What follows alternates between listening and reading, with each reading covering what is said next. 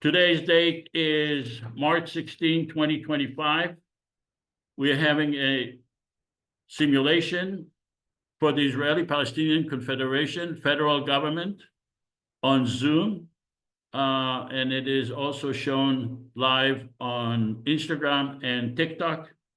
Our guest today will be Mati Shemoelof. We are the Israeli Palestinian Confederation government. We are proposing a federal government for the people of Israel and Palestine that would include the geography of the area of Gaza, the West Bank, and Israel. The entire population, regardless of religion, regardless of ethnicity, and regardless of gender. The people who reside there, citizens of Israel and Palestine, will be able to vote and participate in the federal government that we are proposing. Our website is ipconfederation.org. And if you go there, you can read the Constitution for the federal government. The Constitution is available in 3 languages, in English, Arabic, and Hebrew, and it explains how the federal government will be created as a democracy for the entire area, how it will function as a separate and independent entity from the Israeli or the Palestinian government, and it will be it will separate religion from government. It's not going to be an Israeli government or Palestinian government. It will be a common federal government for the people of Israel and Palestine. We are not proposing to dismantle the Israeli or the Palestinian government. We are proposing a federal, common, mutual government for the people of Israel and Palestine. Under our proposal, the Israeli government will remain the government of the Israeli people. The Palestinian government will be the government of the Palestinian people. But we are proposing a federal government for the people of Israel and Palestine that will be the government of the people of Israel and Palestine in the whole area that includes Gaza, the West Bank, and Israel. My name is Joseph Avasar. You could reach me at josephavassar@gmail.com. Our guest today is Mati Shemoelof. Mati Shemoelof is an Arab Jewish poet, author, and journalist living in Berlin. His writings include 7 poetry books, theater plays, articles, and a collection of short stories. He was one of the founders of the group Poetic Hafla, which has created literary, music, and art performances events featuring a diverse collection of artists from around the world. He is also one of the founders of ANU, Jews and Arabs Writing in Berlin, a literary group aimed at promoting cultural dialogue between writers and artists from the Middle East, Asia, and Northern Africa. He received a scholarship from the Berlin Senate to curate a binational festival for the Middle East Union, which is available at Middle East Union, I guess that DEEN. His first publication in Germany was bilingual poetry collection, Baghdad, Haifa, Berlin, which was published by Okay, that's the publishing company in Germany, I guess. Yeah, that followed by Das kleine Boot in meine Hand, nenne ich Narbe, Gedichte by Parasitinpresse 2023.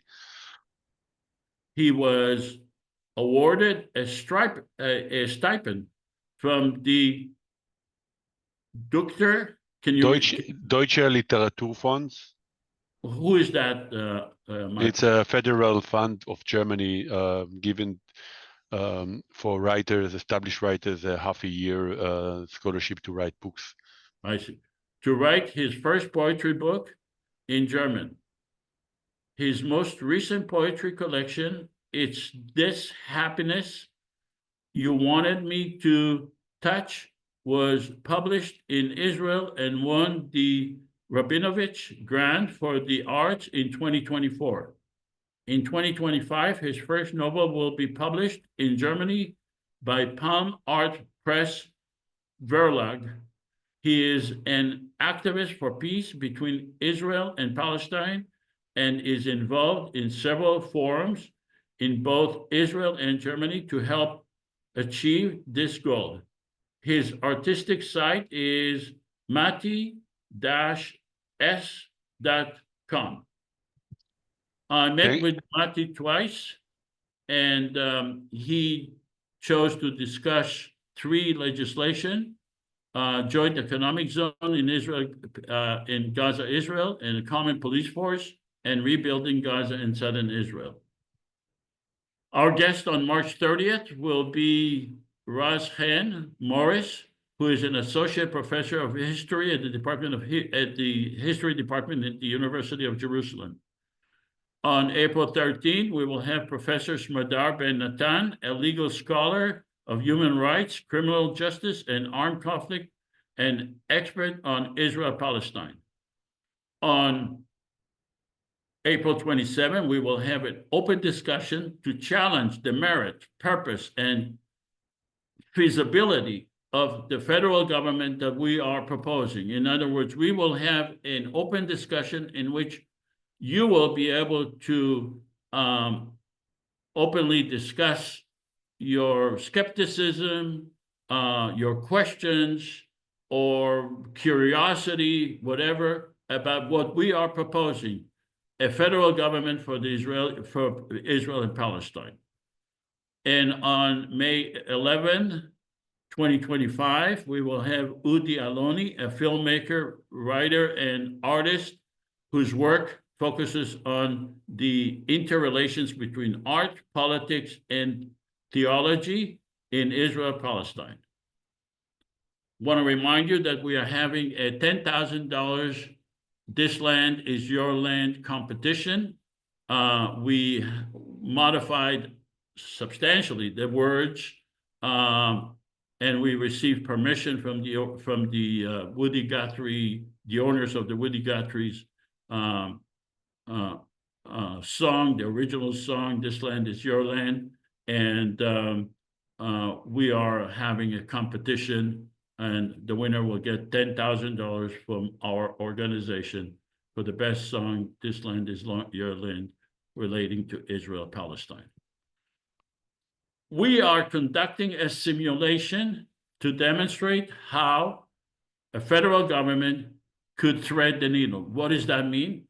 It means that it could pass legislation that neither the Israeli nor the Palestinian government will be able to veto, because we give them a veto power on legislation, but we believe that the federal government will be able to pass legislation that neither governments will be able to veto, because it benefits the people of Israel and Palestine. We are not proposing what the federal government should pass. We are only demonstrating how it could pass and thread the needle. We're asking you to ask questions. We encourage you to ask questions during the simulation, but we're asking you to ask those questions and your comments, put them on the chat. And Nasir, are you here? Will administer the questions. Yes, he had a hard time connecting with us last time. Are you here, Nasir? Yeah, I'm here, Joseph. Oh, okay, good.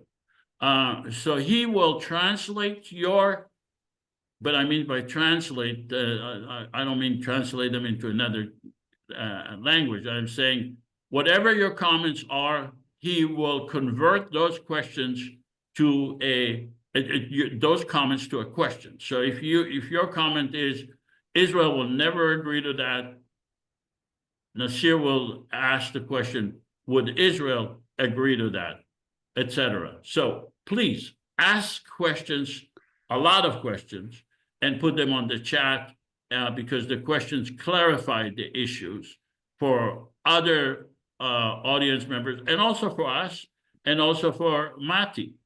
So we have a 2-minute video that explains what the IPC is about. Hey, Joseph. Yes. I wanted to ask if maybe our guest Mati or you can explain the term Arab Jew. I get it, but I think a lot of people don't. Well, wait until Okay. the open discussion. Thank you. All right. Here is a video.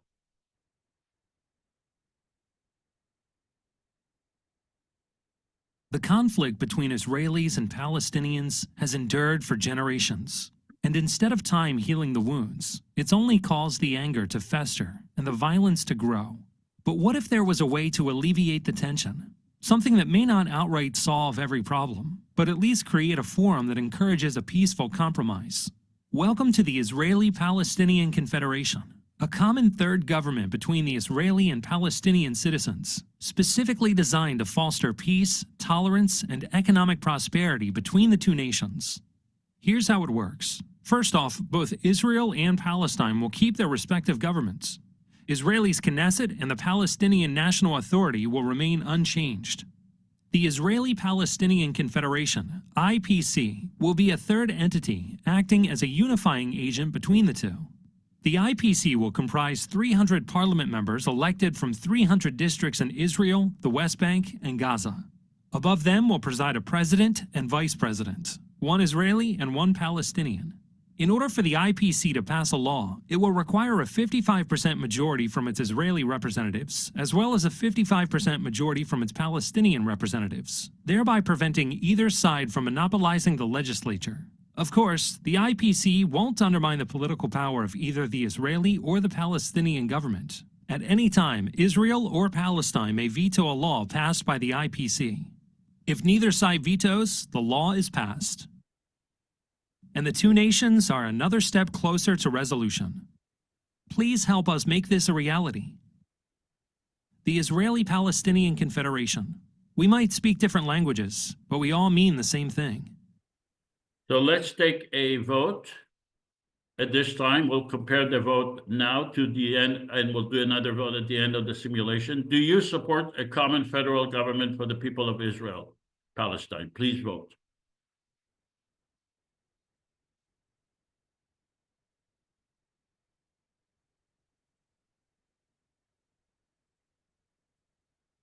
We're asking you to vote on whether you support, at this time, a federal government for the people of Israel and Palestine. Giving you 5 more seconds to vote.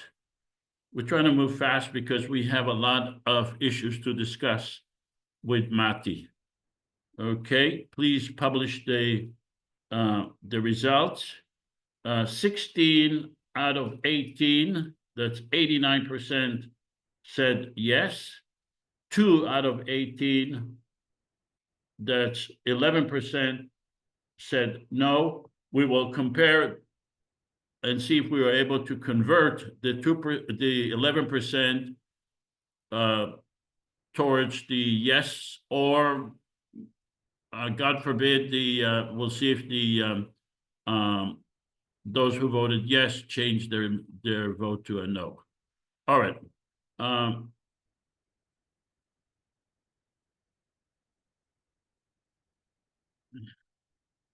So we are defining a confederation and a federation in the same way.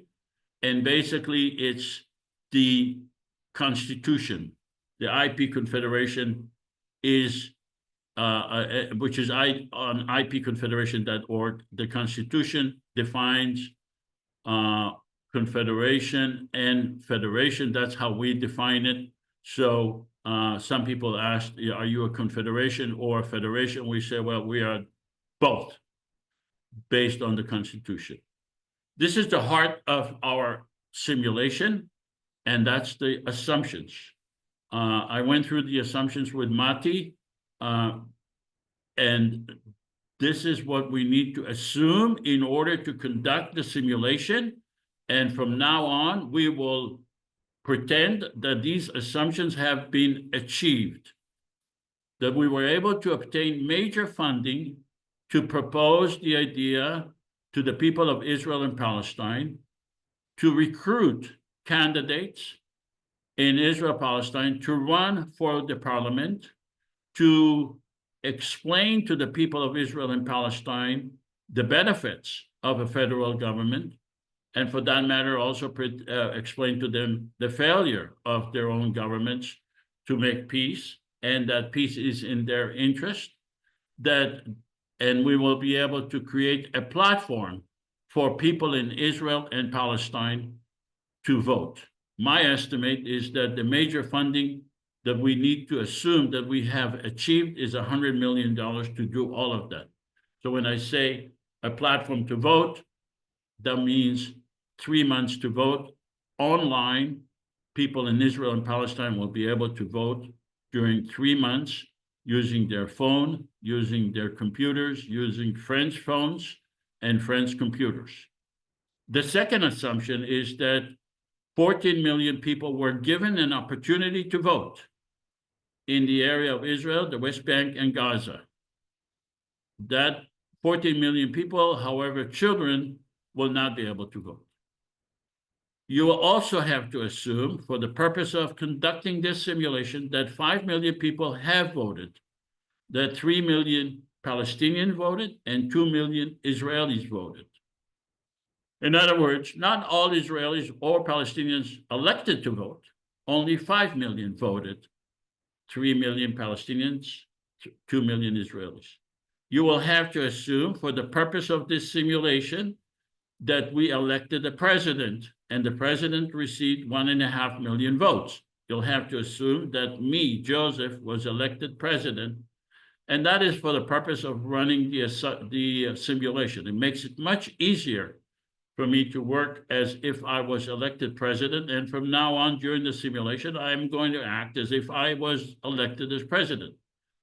So that it's clear, I do not ever intend to run as president. I'm not even qualified under the Constitution because I'm not a resident of Israel, Palestine. You'll also have to assume that a vice president Palestinian was elected. She and I will rotate after 2 years based on the constitutions, but each of us will always have constitutional duties as president and vice president. You'll also have to assume that 300 parliament members were elected in 300 districts in the area of Israel, Palestine. Each district encompasses 47,000 people, and there is 1 parliament member for 47,000 people. Before I go to Mati, I want to ask you, the audience, do you have any questions about these assumptions? And then I'll go to Mati. Do you have any questions regarding the substance of these assumptions? What do they mean, or whether they are achievable or not? All right.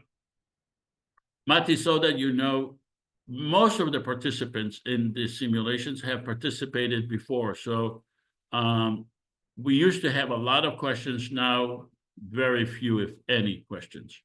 Let me go to Mati now. Hello, Mati. Can you give hello, us your Joseph. opinion? Yeah, thank you. Opinions or questions regarding the feasibility of these assumptions? Thank you. Thank you very much for inviting me. I'm honored to be here. About the assumptions, well, of course, we need an acceptance for both sides because we need their information, the statistics. We need that they allow us to enter the statistics of every resident of Palestine and Israel in order to ask he or she or they to vote, right? Wrong. Sorry. Please. We don't need the permission of the Israeli or the Palestinian governments to conduct the election. In fact, the statistics of the population in Israel, Palestine is available to everyone online. There is, the Israeli has the Bureau of Statistics. I forgot how it's called in Hebrew. And we have done this before. And we actually downloaded all the information of all the population in Israel, and the same thing for the Palestinians. They have city by city the population of each and every Palestinian and Israeli. So we don't really need cooperation from them. It would be nice if they would not create any difficulties for us, but this could be created independently and separately from the Israeli and the Palestinian government. My second question is regards residents and citizens. In Israel, you lose your residency after 5 years after leaving Israel immediately, automatically. And the question of residents and citizens, it's very important here. Now there's 100,000 Jews, Israeli Jews, or including Palestinian Israelis who left Israel, and they said that the number will come to 500,000 because of the ongoing war. And in Palestine, there's the big question of right of return. If we will create a binational confederation institute, we need also to hear the question of the Palestinian refugees, because if we use the data from the people who are just now in Palestine and not the refugees, we are excluding the right of the Palestinian refugees to have a representation in this institute. The federal government is not a government of Palestine or the Palestinian people. It's not a government of the Israeli people. The government of Palestine is the government of the Palestinian people. The government of Israel is the government of the Israeli people. The government of Palestine has the option, which they never did before, to give the Palestinians in the diaspora, the refugees, the right to vote. The same with the Israeli governments. They've never done that either, to give the right to Israelis, Jews who live outside Israel to vote. I am one of them. I do not have the right to vote for the government of Israel because I do not reside in Israel. The federal government, there are two major qualifications in order to vote. You have to be a citizen of either Israel or Palestine and a resident of Israel or Palestine for the last 6 months. If you do not meet those two requirements, you have to be in Israel, Palestine when you vote, then you're not qualified to vote or run. Okay. I don't have any question. Does that create a difficult issue for you to give legitimacy to the federal government? Do you think what I told you, that Palestinians and Israelis who do not reside in the area are excluded from voting, in your opinion, does that reduces the legitimacy of the federal government? Well, the question of 48 for the Palestinian is after the Nakba is a major issue, as we can hear it again and again, and Israel dismissal of this question bring us away to the 0 point of 48, and there was only one, I think, government prime minister who talked about it, which was Olmert, and talked about 50,000 Palestinians allowed to come back to Palestine, but not achieving the agreement. The 47 and 48 and 67 refugees, Palestinian refugees, they are demanding the right to return, which the Israeli and the Palestinian governments have never really ever given them that right or actually voted on that issue. So the federal government will be the only entity that would have the legitimacy to deal with the right of return of the Palestinian refugees. And in fact, it would be the only government that would be capable of dealing with that, because it is not a Israeli or Palestinian government. It's a government for the whole area, where Palestinian parliament members and Israeli parliament members having the ability to discuss each and every issue, including the right of return, as equal. But that's not accurate, Joseph. You said the Palestinian government has not asked or demanded. The Palestinian government is not capable to issue citizenship and set an immigration policy unless Israel approves it. So when you say that the Palestinian government, the Palestinian government did not give the Palestinian refugees the right to vote in their own government. yeah, but when you said the right of return, in regards to the right of return, the Palestinian government is not able to issue passports and citizenship to people who live outside. The Correct. ones who came back after Oslo had to be approved by Israel, and still to this day. So like there are certain Palestinians, the Palestinian Authority cannot say, okay, we're going to make these people Lebanese citizens. They're actually issuing them passports now, but that doesn't give them a right of return, and that's because Israel will block this. This is the situation now. Well, It's not that the Palestinians. you are giving an explanation why. No, but you're saying that the Palestinian government has never requested for the right of return to Palestinians. I didn't say never requested. I said it never voted for the right of return in their own government. But they don't have that ability. That's something that Israel has blocked. You can't say they didn't vote for it. It's always something they wanted to do, but they can't because the authority has never been granted that power. Correct. That's an explanation why they failed to do so. I am not arguing with the explanation. I'm just giving it as a fact that they have not been able to deal with those issues. Yeah, it's a fact that it's not like it's not two countries. It's one country that has the power, and the other one lives in ongoing oppression, and she cannot just take a decision under her belt or under her authority. Other than that, I mean, the idea of I find this idea as relieving, because it's create a accountability. Sorry, you found this idea to be what? Relieving. It's good. Oh. It brings us a hope, because Oh. when we create this third institute, the IPC elections create like a third unit that gives accountability to both Palestinians and Israeli in a shared institute as equal.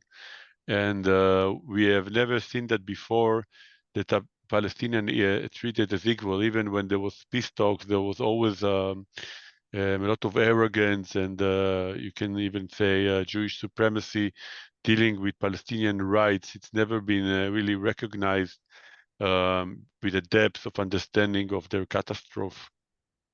Okay, thank you. So, all right, let's go to, this is the area that we are speaking about, Israel, Palestine, and I'm going to be asking you, the audience, at this time, to act as Israeli and Palestinian parliament members and to make your choice.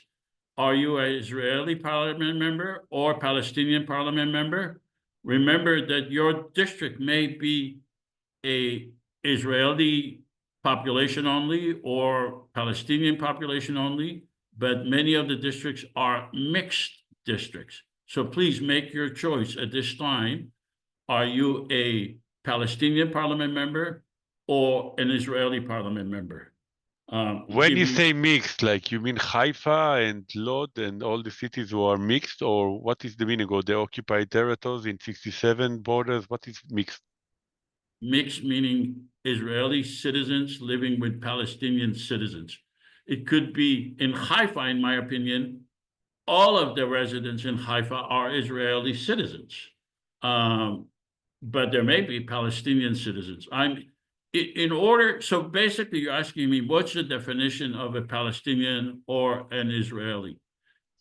Yeah, If you because it's have- very important, Joseph, correct. because a lot of the Palestinians were forced to recognize the Jewish country as a Jewish democratic country, which is a paradox after the 80s, and they and to play this game within the realms of the Knesset.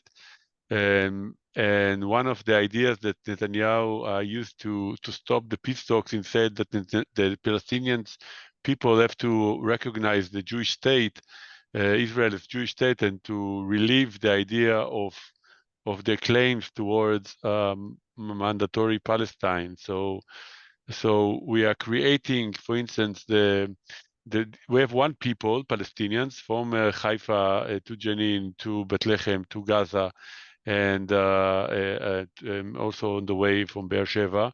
And you will ask all these people who are not within the 67 borders to be created as Israelis and to lose, in a way, the Palestinians claim as towards their responsibility to the brothers and sisters living in 67th borders, and as the claims of the 48 mandatory claims that they had, because they had a state. Let's not forget, Palestine did recognize the separation plan of the colonial powers, but it was still a state, and when it was lost, until today, they couldn't claim their property, their villages, their whole fortune that they lost.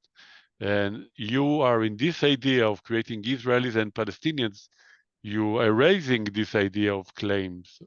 All right, let me respond to you. First of all, let's publish the results of our parliament members. We have 9 out of 17 that we are acting now in this simulation as Palestinian parliament members. We are having 8 out of 17 that are Israeli parliament members. I'm asking you to remain intellectually honest throughout the simulation and vote as parliament member, Palestinians or Israeli. Mati, let me answer your question. There are 2 issues here. The first issue is voting, okay? Your designation as Israeli or Palestinian voters is immaterial. You don't need to designate yourself as an Israeli or Palestinian national or citizen as a voter. You just vote. The only distinction that will be is on the parliament members and the president and the vice president. Now, in order to be a Palestinian parliament member, you have to be a citizen of Palestine, regardless of where you live.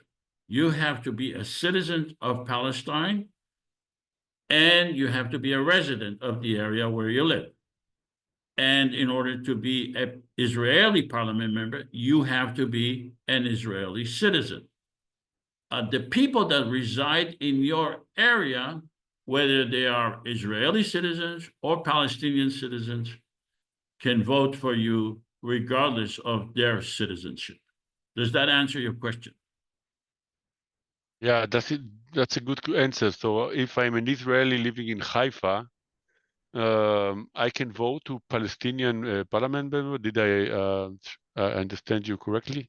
If you're an Israeli living in Haifa, let's assume that Haifa is district number 75, okay? You will have 2 votes. The first vote is for the parliament member in your district, 75. And in Haifa, I don't think there are Palestinian citizens, but there may be Palestinian citizens. There aren't, but look what you're doing. If wait. Yeah. There are Palestinian citizens, I mean, citizens of Palestine. Okay?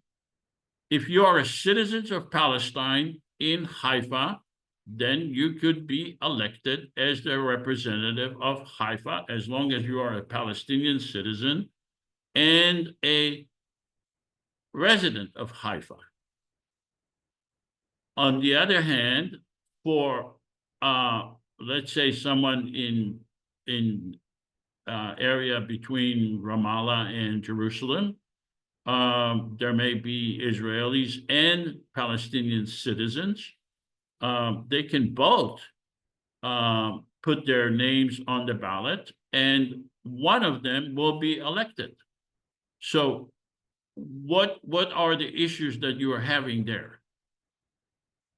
No, I think it's good because I'm sure that the Palestinians, Israelis will have their parliament member to vote in, for instance, in Haifa, in the district, because until today, Haifa always had, for instance, a parliament, a major parliament member like the deputy mayor that is Palestinian, because they have still a big population in Haifa that didn't leave Haifa on 48. But the question is that the people who were thrown out of Haifa and were citizens, residents of Haifa, they cannot play the game because we already, if they're not allowed to go back either to Palestine or to Israel, and before 48 they were living in Haifa, and they had houses even in Haifa that were appropriated by the 51 law in Israel.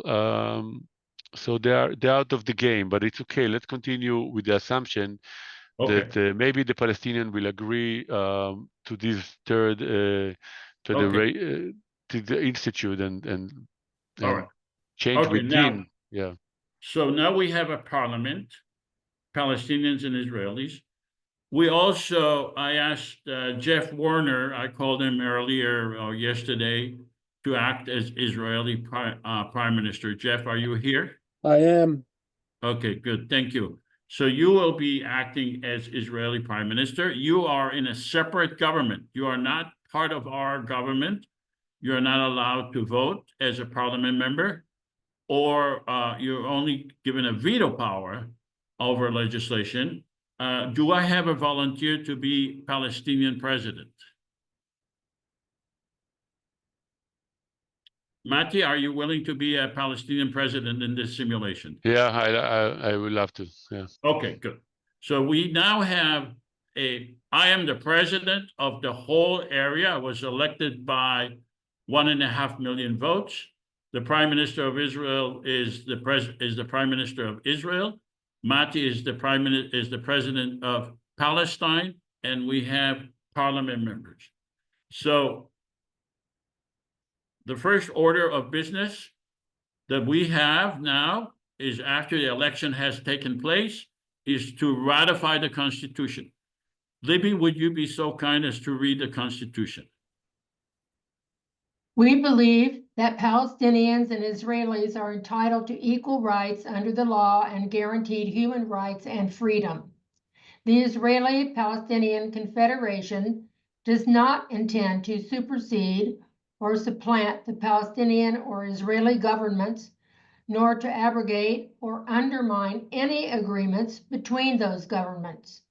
We recognize the need to work with the Israeli and Palestinian governments.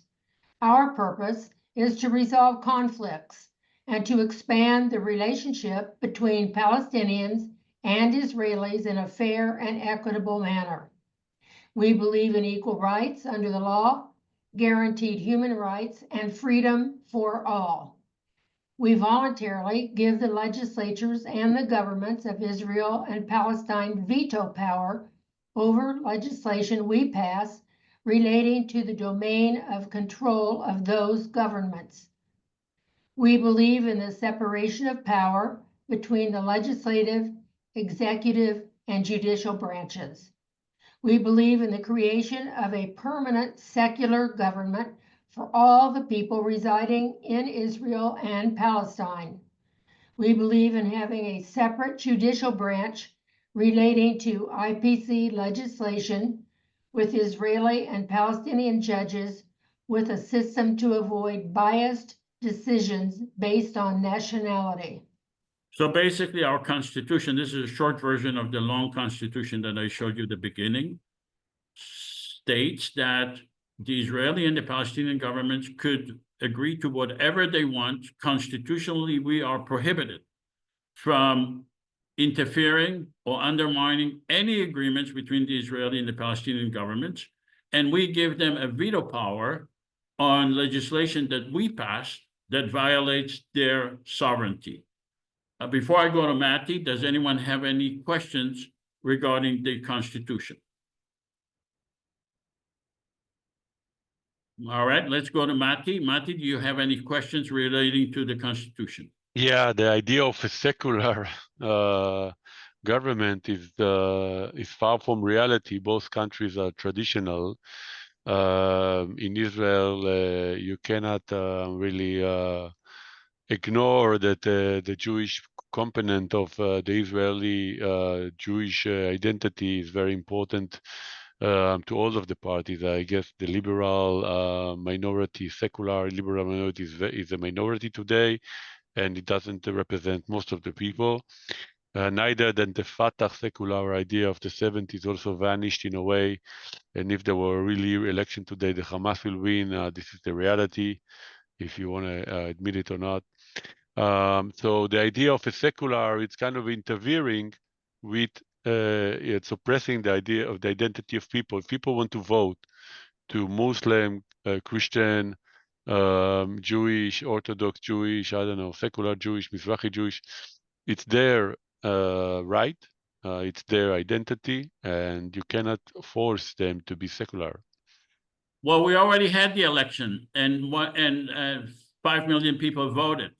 I asked you about that at the beginning, and you had no problem. So now we are elected 300 parliament members. We are elected. All right. Okay. All right. So you want to go back to the assumptions? I'll be happy to take you back to the assumptions. Do you want to change your mind regarding the assumptions? I think this should be out of the assumptions because it comes from the 70s, and today the majority of both people are not secular. I don't see it on the assumption. Where is the idea of secularism? That's what the idea of there is no idea. So take it off of the Constitution, because the right to be Muslim or Jewish. We don't want to take it off. Mati, can I ask you to consider something? Please. Rather than asking the Confederation to be secular or religious, because this does not prohibit Israel or Palestinian states to be, to involve, Islamic or Jewish or whatever religious. This is only in regards to the Confederation, the government of the Confederation. I understood that, but let's say we have a confederation, and in the confederation we have all the districts, and the parliament members who are on both sides are representing themselves are not secular, and part of their election goal to be elected, as they will try to convey the people to vote for them, they will say, well, we will keep our terms of liberal ideas through the Muslim Sharia or through the Jewish halakha. So this is what they have. You cannot tell them now, oh, forget about it, you have to be secular. We're not telling, no, you misunderstand. We are not telling the parliament members to be secular. We are telling the parliament member that they have to pass laws that do not violate the Constitution. They can be Jewish, they can be Palestinians, Muslim, Christian, even devoted to their religion. But they will have the Constitution that, and we have a Supreme Court that would strike down any laws that the federal government passes, regardless of the religious aspiration of the parliament members. So I guess you mean the right to have religion and not to suppress the idea, not to create a one dimension of not to ignore the right for religion of both sides through the acts of the Confederation Institute. I understand that. Okay, I agree. It's okay. I just wanted to declare that, but all right. I understood. Okay. All right, let's vote on the Constitution. Need to ratify the Constitution now. If you do not ratify the Constitution, you will be expelled from the parliament, because you were being elected as a parliament member representing your district. You knew about the Constitution. You have to ratify the Constitution now. Let's have Palestinian parliament members please ratify the Constitution.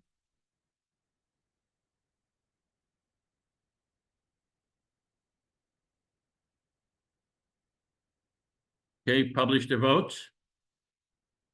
100% of the Palestinian parliament members ratify the Constitution. Let's have the Israeli parliament members ratify the Constitution.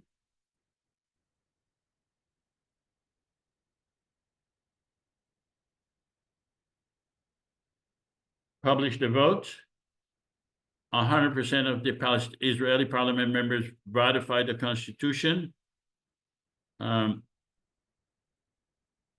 So the Constitution was ratified, and this is a momentous occasion in the history of Israel-Palestine. The ratification of the Constitution, the votes for Parliament, and the election of Parliament members and the President, mutual to Israel, and Vice President, mutual to Israel and Palestine, and passing a Constitution is a momentous occasion in the history of Israel, Palestine, of that area, from the beginning of human being in that area. This momentous occasion undermines the existing government's use of fear and hate to justify their actions. It removes the collective stigma against Israelis and Palestinians that we are incapable of making peace or living in a democracy or separating religion from government.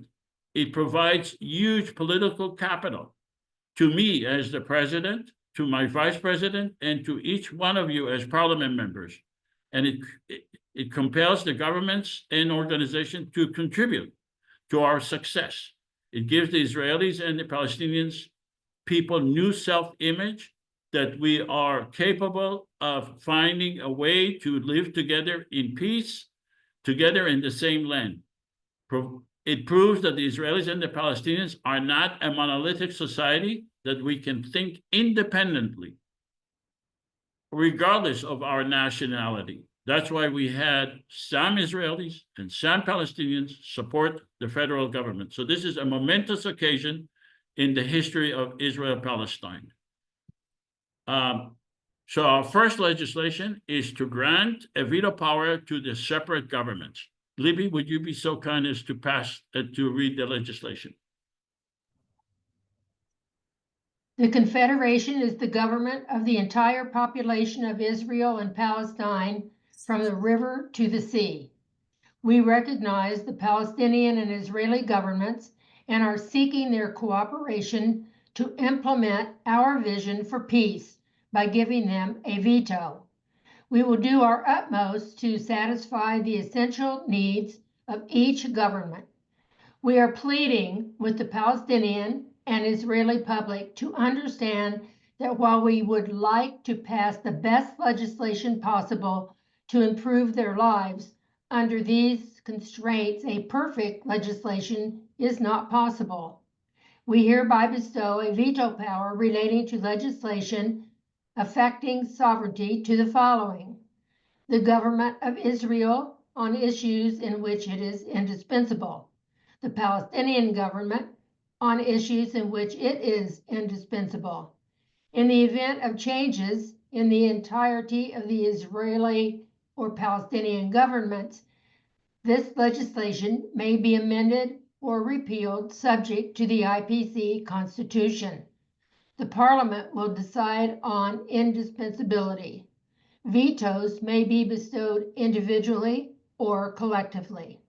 All right, so we vote now to give the Israeli and the Palestinian governments a veto power over legislation we passed, as long as they are indispensable. So if we pass legislation regarding the use of land or police force or removal of the wall, some of these legislation we are dealing with today they are indispensable and they get a veto power. But if we deal with internal issues of the IPC, they get no veto power.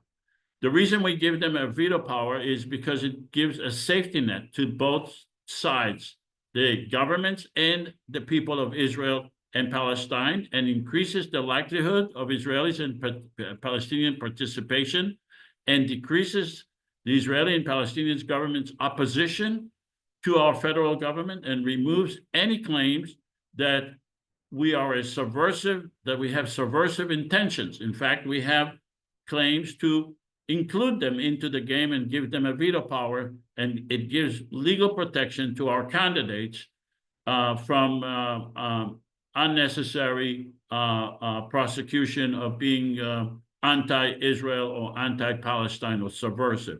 It compels the IPC, it compels us to pass legislation that neither side can object to, and it gives the Israeli and the Palestinian government a platform for negotiations with a deadline.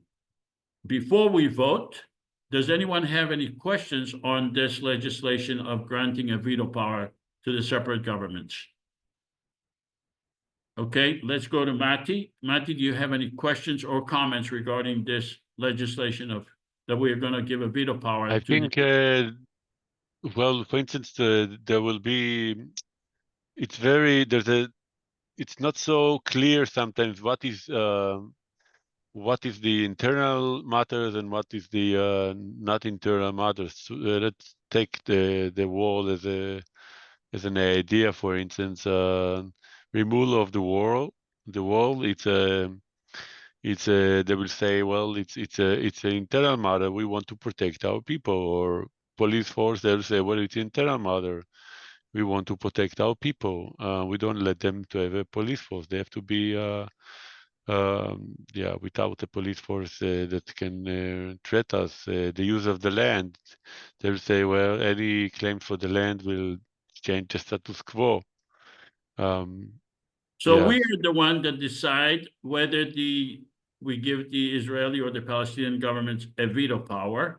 And our criteria is very simple. If we can implement the legislation without giving them a veto power, then they don't get a veto power. But if we cannot implement the legislation unless we give them a veto power, then they become indispensable and we give them a veto power. We are the ones who make the decision. All right? All right. All right, let's go to a vote. Palestinian parliament members, please vote on this legislation. I'm as a president, I'm also a parliament No, member. you are not allowed to vote. You will be given a veto power very soon. You are not a president of our government. You are a president of the government of Palestine. Right. You are not allowed to vote in our legislation. Okay, 100% of the Palestinian parliament members voted. Let's have the Israeli parliament members please vote. Israeli parliament members. Do you vote to give a veto power to the Israeli and the Palestinian governments on matter in which they are indispensable? Okay, publish the votes. 100% of the Israeli parliament members who voted in this. Remember, we need 55%. We're getting very close to 100% on almost each and every legislation. Let's deal with the first legislation that Mati chose to deal with, and that's joint economic zone. Libby, would you be so kind? And here, Mati, as the president of Palestine, you are given a veto power, and also as our main guest, you will have an opportunity to make comments and ask questions. Libby? All right. The Joint Economic Zone, JEZ, between Israel and Gaza. Exclusive IPC management and control and cooperation with the existing governments. Common economy. Education, industry, banking, agriculture, sewer treatment, desalination plants, solar farms, wind power, and green energy. International airport and seaport. Equally accessible to Israeli and Palestinians. We hereby submit this legislation to the Israeli government, the Palestinian government. We bestow upon them a veto power which may be exercised in the next 60 days. All right, so here the Israeli and the Palestinian governments are indispensable. They get a veto power. Does anyone have any questions regarding this joint economic zone? Okay, hearing no questions. Mati, do you have any questions before? Okay, Rob, do you have a question? Go ahead, ask your question, Rob. Yeah. What about utilities? So electricity and water. I think this is a critical part of a joint economic zone. Okay, we'll add that. I mean, that's clearly missing from, oh, well, it says solar, yeah, but it's not that's a detail of the economic zone, and obviously we need to add that in. So I'm as a prime minister. I found Wait, it a little first of all, you're our guest. as As a a guest. guest, what are your as a ge- questions? No, as What a are your guest, questions? I believe in it. I actually, when you mentioned in my bio a few years ago, I won a scholarship to co-create a binational Croatian festival of the Middle East Union. Is an idea that once we have peace between Israel and Palestine, the occupation finished, we can create this construct of Middle East Union and North Africa, which is like the Arab League, but with Israel, but with joint project and accountability towards the whole area, like the EU that came after 400 years of colonialism, 2 world wars and the Holocaust, and came together as a construct. We talked about it within literature and arts and politics, but not like your idea is you are more political, I think, and sharp. So I believe in the idea, and I share it with you because the area is so small, and so we have to share all the resources, and to create a sustainable future for both countries, we have to have binational teams in all the area you mentioned. All right, let's have the Palestinian parliament members please vote on this legislation. Palestinian parliament members, do you support this legislation?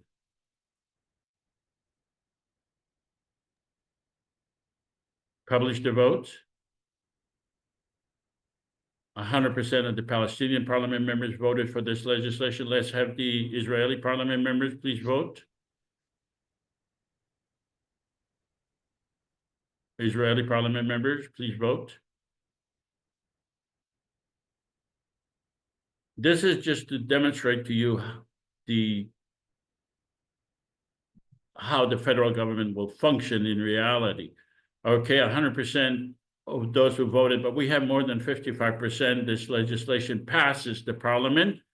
Let's go now to the Prime Minister of Israel. Mr. Prime Minister, are you going to oppose this legislation? Are you going to veto this legislation? The government of Israel is a strong supporter of joint economic zones. There are several in the West Bank, and we think they work very well. However, the international airport and seaport causes us a great deal of worry. We fear that will be a conduit for import of weapons into the Palestinian areas. All right, it's going to be managed by us, the federal government. In our government, we have Israelis and Palestinians. Many of the Israelis are served in the Israeli army. Many of the Palestinians served in the Palestinian military as well. They swore allegiance to the federal government, and they will be under the auspices of the vice president. So we will be willing to work together with you to assure that it would not be a conduit to exporting or importing any military weapons or anything that could assist in continuation of the violence. In that case, we would, as long as those controls are well established and formally introduced, we would allow this to go forward. All right, let's go to the President of Palestine. Mr. President of Palestine, are you going to veto this legislation? Well, I want to ask one thing as the Prime Minister of Palestine.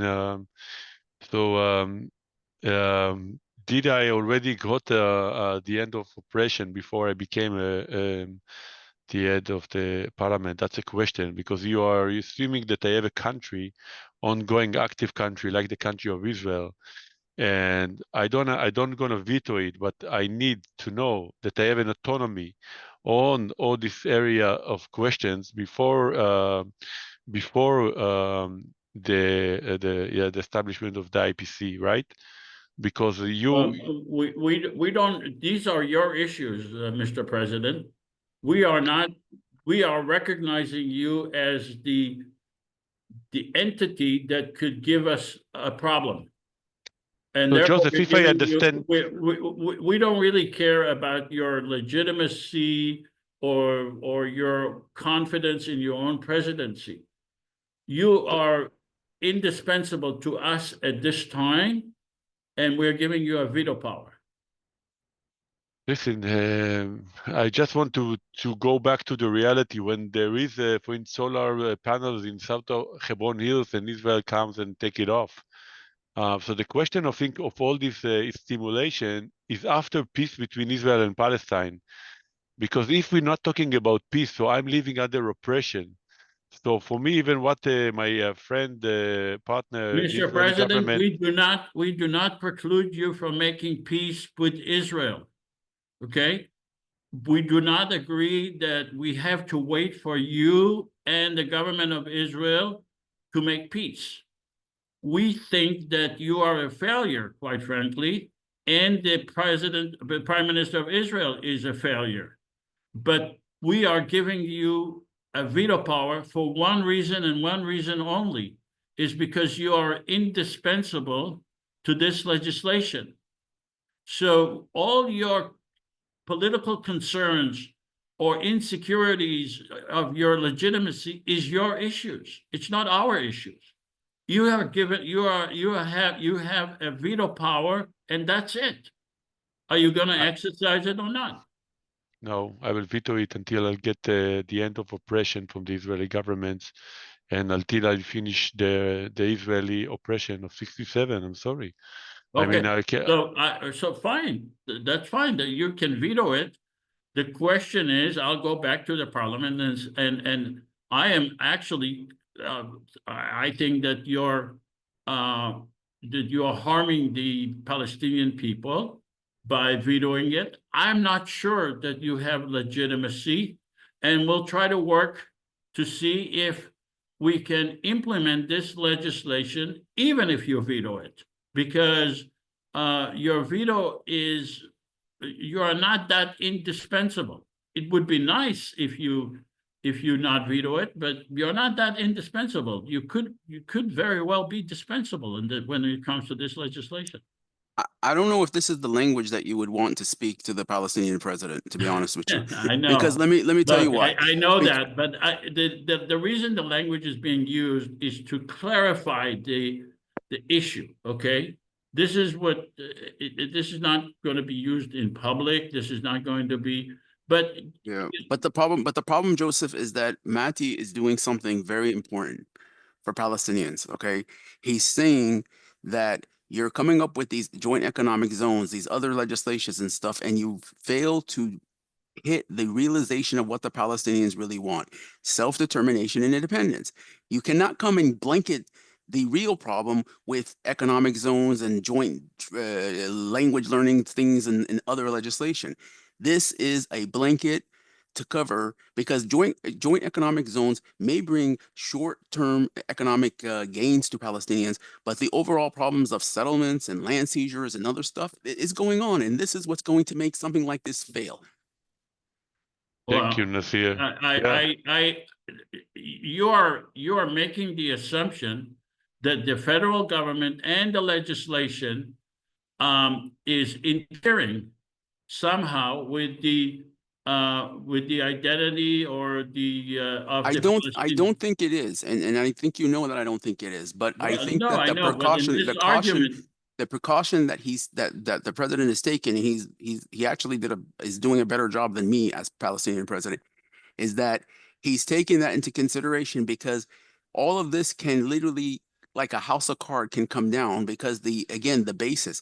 So if we don't have if we don't have in the assumptions that Palestine is an independent state just like Israel, then the whole entire framework of this confederation is very, very loose. And that's something I've always felt from the beginning, but I think that this is when you're going to see this. So that should be part of the assumptions. The assumption is that today we're at the status quo where Israel is controlling the Palestinian borders. There's, basically occupying. So a confederation where one is a state and another one is a territory that's occupied by that other state, it's not going to work. It's going to create this kind of problems. But It's a colonial idea. Okay, but the reality is that the Israeli government and the Palestinian governments fail to give peace, that they are failed governments. They fail to give peace to the people of Israel and Palestine. You are saying, well, let's include those failed governments as a necessary part of our assumptions. And the whole idea is to exclude them as much as possible from the assumptions, is to exclude them as much as possible from taking part and controlling the lives of Israelis and Palestinians, because they have already failed to give peace to the people of Israel and Palestine, regardless of their excuse. Okay, we cannot. You're saying, well, we need to include our failure to turn into a success in order for the assumptions to become a reality. And we are saying, no, we are not waiting for your failure to become a success. You have to deal with reality. And the reality is that you have failed. So the president of Palestine placed a veto. And as the president of the whole area, I am going to try to convince him to change his votes and to remove the veto. And if he doesn't remove the veto, to remove him from the presidency of Palestine. Okay, Mati, go ahead and speak. Joseph, I cherish your idea. I think the idea is good, but it's not only before 7th of October that it's needed to be recognized that we never failed as Palestinians. We never got a right of self-recognition, of a state, of justice and equality within this area. We never even got election. Just to remind you, there was a democratic election at the start of the 2000s, was managed by an international committee of head by Jimmy Carter, the late Jimmy Carter. And the Hamas won before the Hamas was a terror group, and the West, including Israel, didn't recognize the democratic elections. Not only that, I want to remind you that we always put our hands to peace when Yasser Arafat came to speak with Rabin, and that the Israeli killed Rabin, murdered him, and brought governments after government that didn't recognize the achievement that Rabin did. Reminds you the failure of Ehud Barak to continue the peace process in Camp David, and further, and so forth and so forth. In the last 20 years, nobody even met us. I mean, if I'm sitting in Democrata, no, but if you want to, if you want to imply on a colonial matters, you want to create something like an economic initiative. We don't A talk joint it. economic zone. Yeah, we want first to recognize Palestine, to have a flag, to have elections, to have everything the states have in the national idea of the 20th century. We are in 21st century, but we never got the 20th century. So we want that, and then after we will be established, the end of the occupation. In our terms, we're talking about the התנחלויות, the settlements. Then we will speak about the further idea of creating the IPC. All right, we are not preventing you from achieving everything you want. In fact, we would probably be the only entity that could facilitate everything that you want. Obviously, you just mentioned all the things that you were not able to facilitate. Okay? You have to deal with reality here, Mr. President. I was elected. We have 5 million people voted. That's a reality. Okay? The reality is I am the president of the whole area. My people are the people of Israel and Palestine in the West Bank and in Gaza. Okay, now you can tell me about everything you failed to achieve, and I agree with everything you failed to achieve.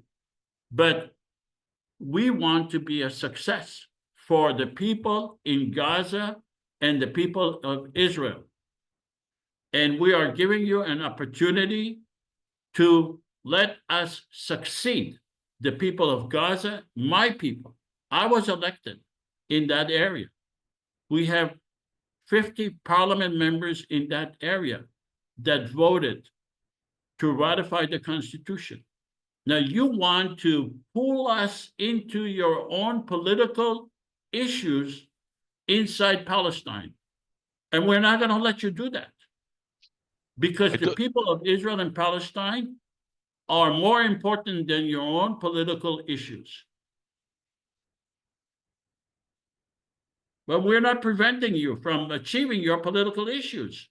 But Yeah, sorry. You cannot use our power to achieve your political issues. Let's go to Rob. Rob, what is your question? Yeah, I have put it in the chat as well. But for me, I think the problem being expressed is that although we have the IPC as a federal government that is not responsible for sorting out the details of the conflict, but it's effectively a partnership between two parties trying to operate as a partnership. However, no, it's not a partnership. It's not. Well, it's a federal government independently elected by the people of Israel and Palestine. Yeah, but as such, it from a practical perspective, it effectively is bringing two parties together to take decisions and do things on a joint basis. And the problem is that each party they are not equal partners. And they do not have equal power from a practical perspective. And it's not sufficient for us to just say, well, hang on a second, if I can finish. Sorry, if I can finish. It's not sufficient to say it's not the IPC's responsibility to sort out those issues, because these are very practical issues of practical power.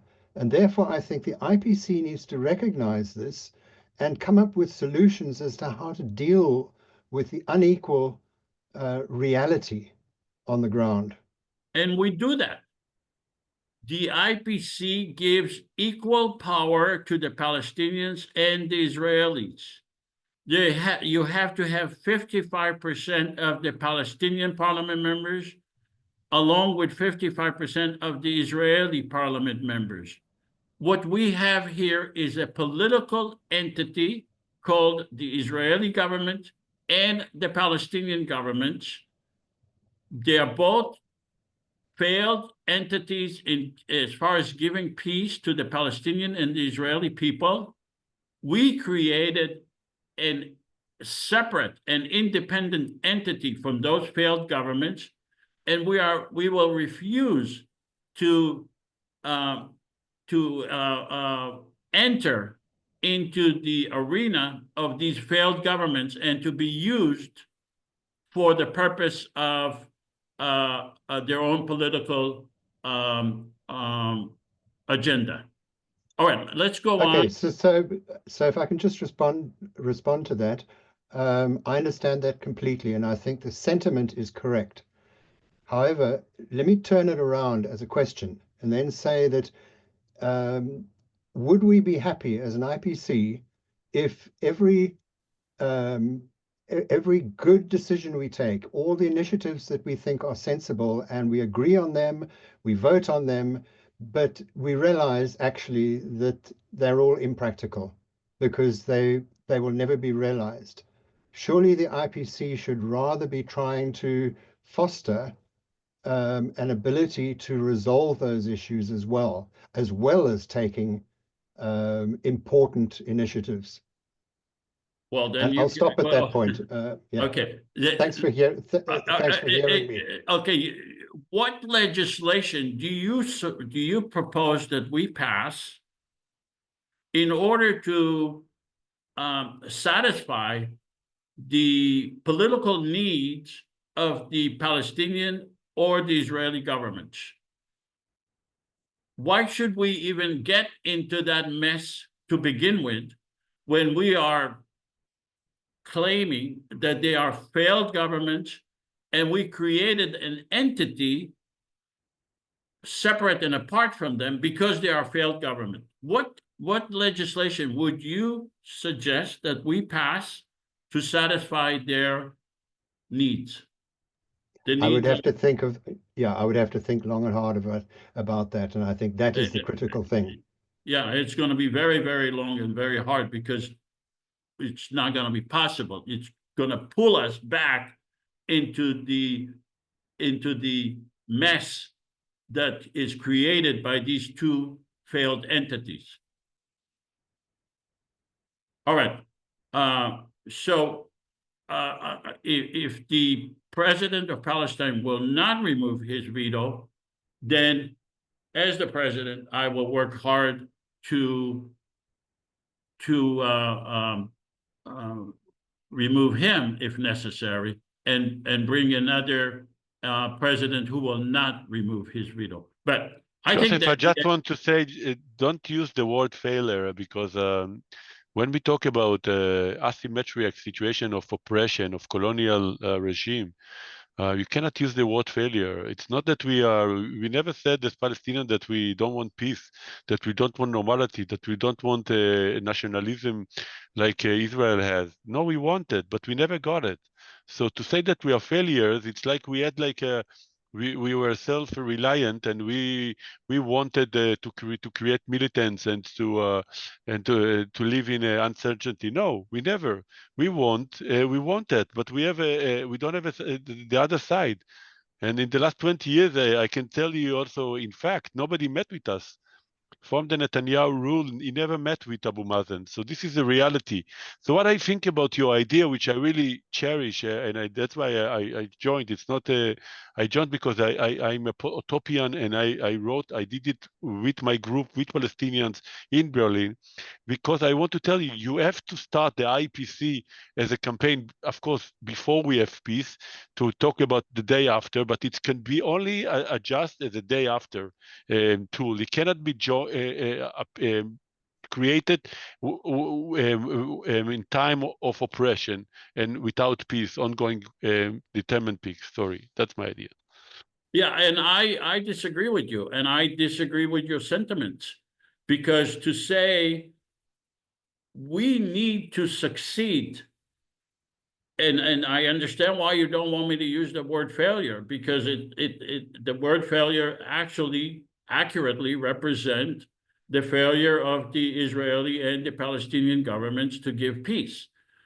You are saying you need to wait until we continue with our failure and turn it into a success.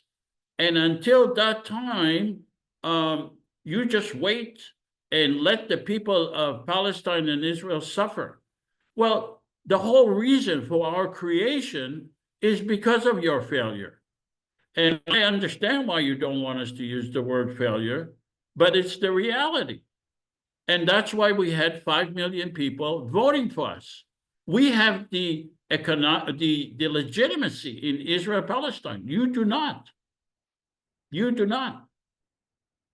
You just They vote because they had hope that maybe right. this It doesn't this, matter. We are look, you want me to, as the president of Israel-Palestine, you want me to forgo the legitimacy that I received, the Constitution that we passed, and to revert back to your government's failure and to wait until you succeed. I can tell you it's not going to happen. We're not going to do that. We created something real here, and we are not going to forgo that for your, I'm sorry to use that term again, for your failure. This Okay, is a political struggle. It's a political struggle, and we are going to struggle. We're going to struggle with the Israeli prime minister and with you if you become, in our opinion, unreasonable. This is the whole purpose of creating a federal government for all of us. All right, let's go to the next. And look, I'm using blunt words here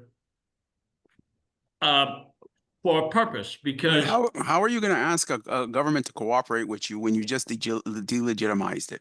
Because the Israeli government, who has control over the entire country, was elected by less than half of the population that lives between the river and the sea. So if you're going to delegitimize the Palestinian government, which is actually the only government that has ever been elected by the Palestinian people, the only authority that rules over him that was chosen by them, even though it was done 2 decades ago, it is still the chosen government. The Israeli government. wait, they're not chosen government. They were had elected. election 16 years ago. Okay, but still, they were chosen at that election, and we can debate why there's never been another election afterwards. But to sit and delegitimize the Palestinian government like what you're just doing right now is wrong. How do you expect the government to cooperate and be a part and say we're going to grant you, hey, we're a coalition and you have a veto? That doesn't make sense, Look, Joseph. these governments, they don't play nice. Okay, they're nice in public. They play, the only rules that they have is interest. What's in their interest? What's in their ability to accomplish? They will completely ignore you if you are not needed. I get it, okay? But what I'm finding right now is the Palestinian government and the Palestinian Authority are always basically forced to accept something because they're in a position of weakness. And unfortunately today, I'm seeing that the Confederation is basically treating the Palestinians the same way the international community does. You're the loser, you're the weak side, so accept what we're going to offer. Israel is strong, they don't have to accept shit. This is basically what I'm seeing today. Well, they are not. Thank you, Nasir. We are the government of the whole area. You're ignoring us. We are the government of Israel Palestine. You are saying, oh, you must accept our formula before we have peace. No, okay? But that's not what it's being said. What is being said is okay, what the Palestinian president is saying. The problem is that I use blunt. It's not just that it's blunt, but there's nothing wrong with the proposals. The Palestinian president said, I would go for a common police force. I will go for a common economic zone, all of this.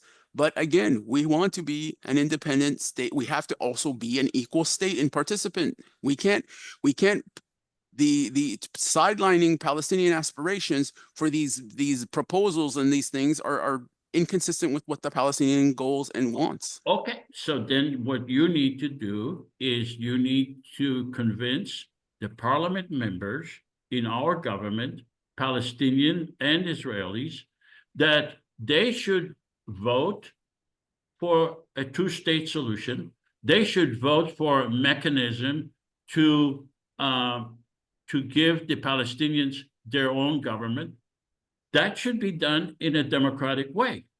But you should not use the joint economic zone as a leverage for that, because you're harming the people, my people, the people of Israel and Palestine.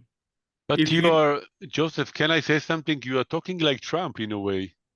You are delivering to my people, you're delivering to my people economic promises before having solving the real issue here of self-determination. And my people voted for the parliament because they thought that the issue that will be voted on will be self-determination. We cannot agree now to talk about economics. Okay, but look, but we are not preventing you, when I say you, I mean Israelis and Palestinians, from achieving self-determination. Okay? What you are doing is you are, again, you don't like blunt, but you are blackmailing us on issues of economic to say, well, you must agree with us to have our own government, our own determination before we agree on a joint economic zone. That's unacceptable to us. We have been elected as a legitimate entity in Israel-Palestine. We have a constitution. I am the president of the whole area, and I am going to play hardball with anyone who would interfere with my responsibilities to give peace to the people of Israel and Palestine. And I will not agree to be blackmailed on every legislation. Oh, you cannot pass this legislation unless we achieve what our government wants. That's unacceptable to us. Sorry, this is the idea. We Okay, are striving from 48 so you're for playing, self-determination. you're playing hardball, which I understand. It's our values. It's a values. It's not a game. It's not interest. It's values. It's equality and justice for all. First, political rights. First, states, two states. And if we don't have a state, there's nothing else to talk about, because then it means that the other part will have a privilege of occupying us and oppressing us in our borders, not even in their borders. How are we preventing you from having your own state? Why are you including us? Why are you blackmailing us from having your own state, your own self-determination? Why? How are we preventing you from doing that? Because the people who the half of this parliament, first of all, the people who vote for you are loyal to me. Don't forget, they vote for you only because they had an idea that you can bring peace here as the foremost values. How are we preventing you from because having your own the other half of the symbol that goes behind your head is Israel, and Israel is occupying us from 67, and also she appropriate all our resources from 48. She occupied that. There was in 51 the law that if the Palestinians don't stay in their houses in the day of 1951, the property belongs to Israel. This is appropriation. It's colonialism. That's your issue with the Israeli government. We are an independent, separate government elected by the people of Israel and Palestine.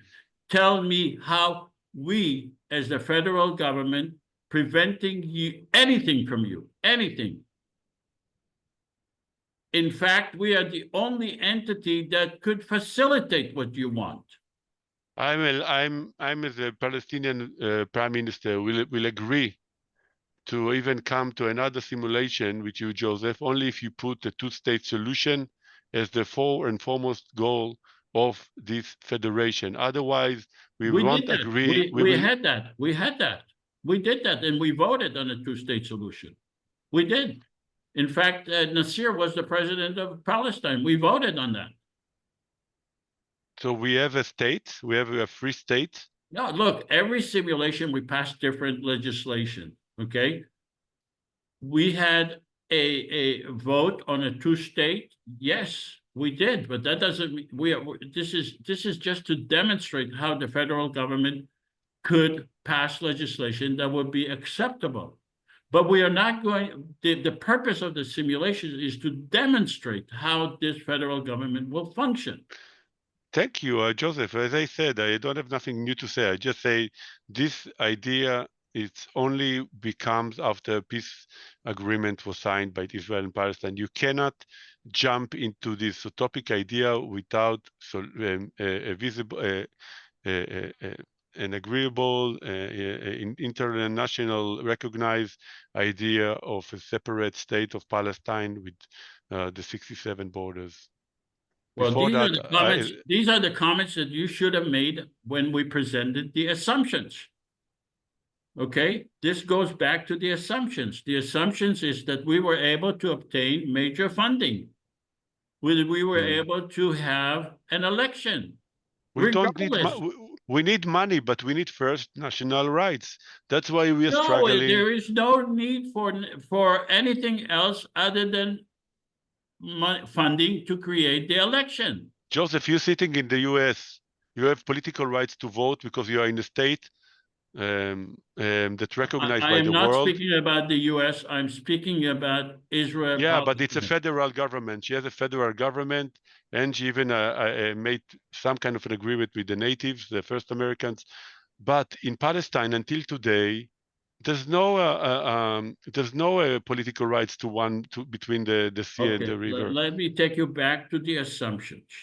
The assumptions are not becoming clearer to you. Okay, go back to the assumption. Major funding was available to spend for a year-long campaign promoting the election. Okay, we don't need Israel or Palestine for that. Okay. 14 million people were given the right to vote. We don't need Israel or Palestine for that. 5 million people voted. 3 million Palestinians voted and 2 million Israelis voted, regardless of the Israeli or the Palestinian government. President was elected by 1.5 million votes. 300 parliament members were elected by the 5 million people. Okay? What's wrong with these assumptions?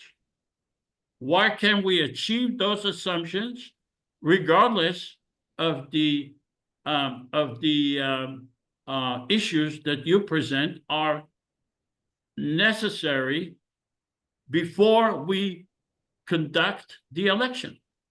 Because we want, even if my people vote, they will all agree with me.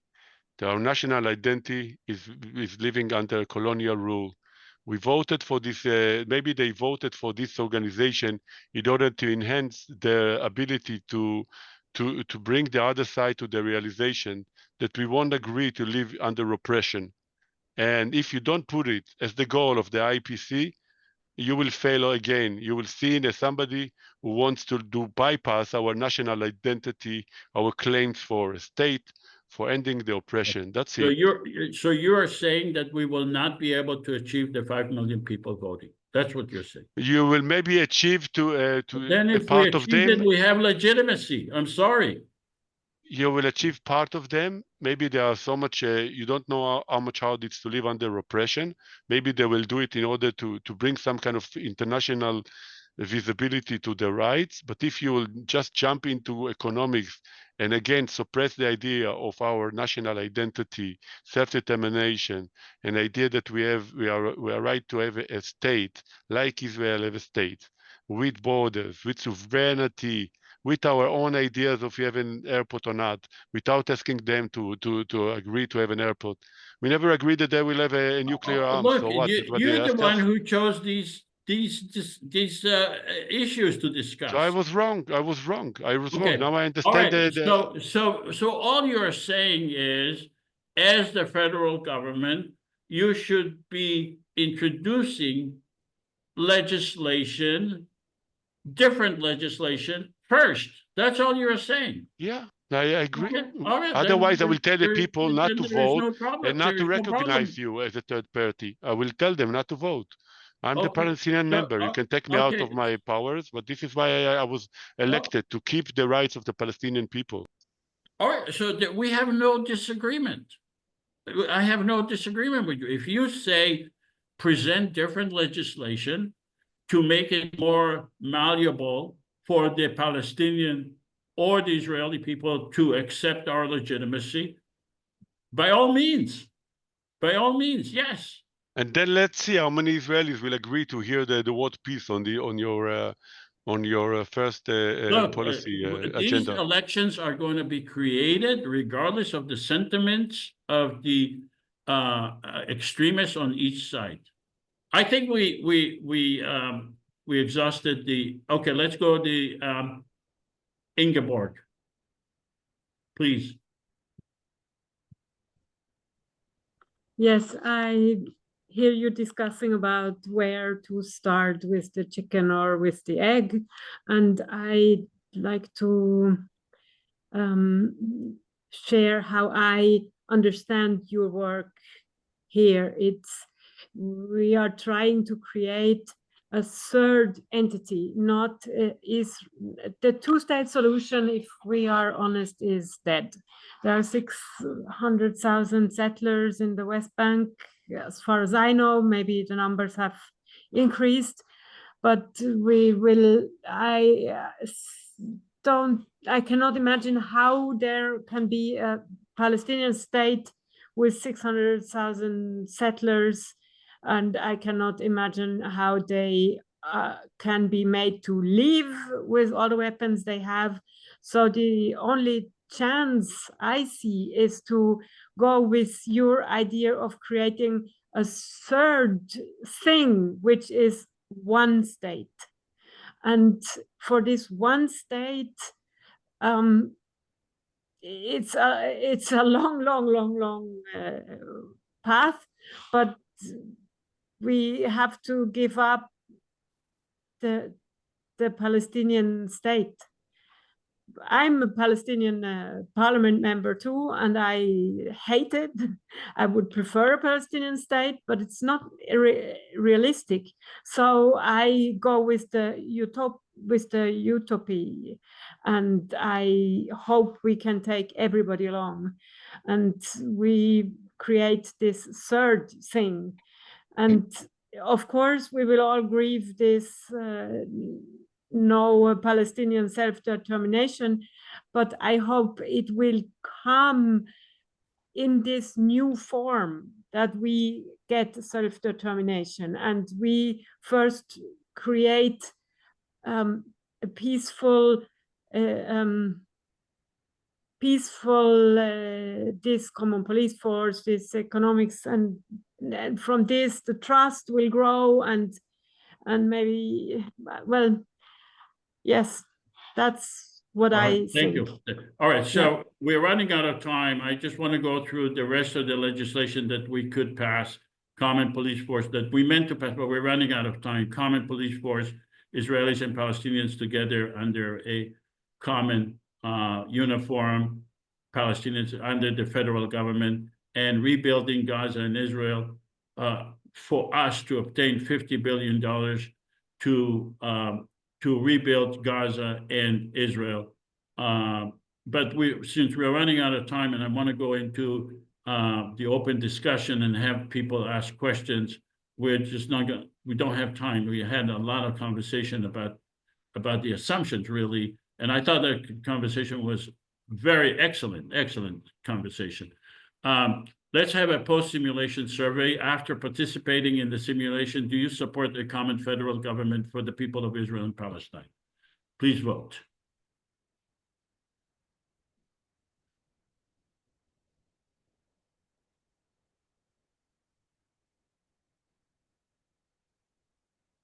Okay, 10 more seconds to vote. Do you support a common government for the people of Israel and Palestine to make peace?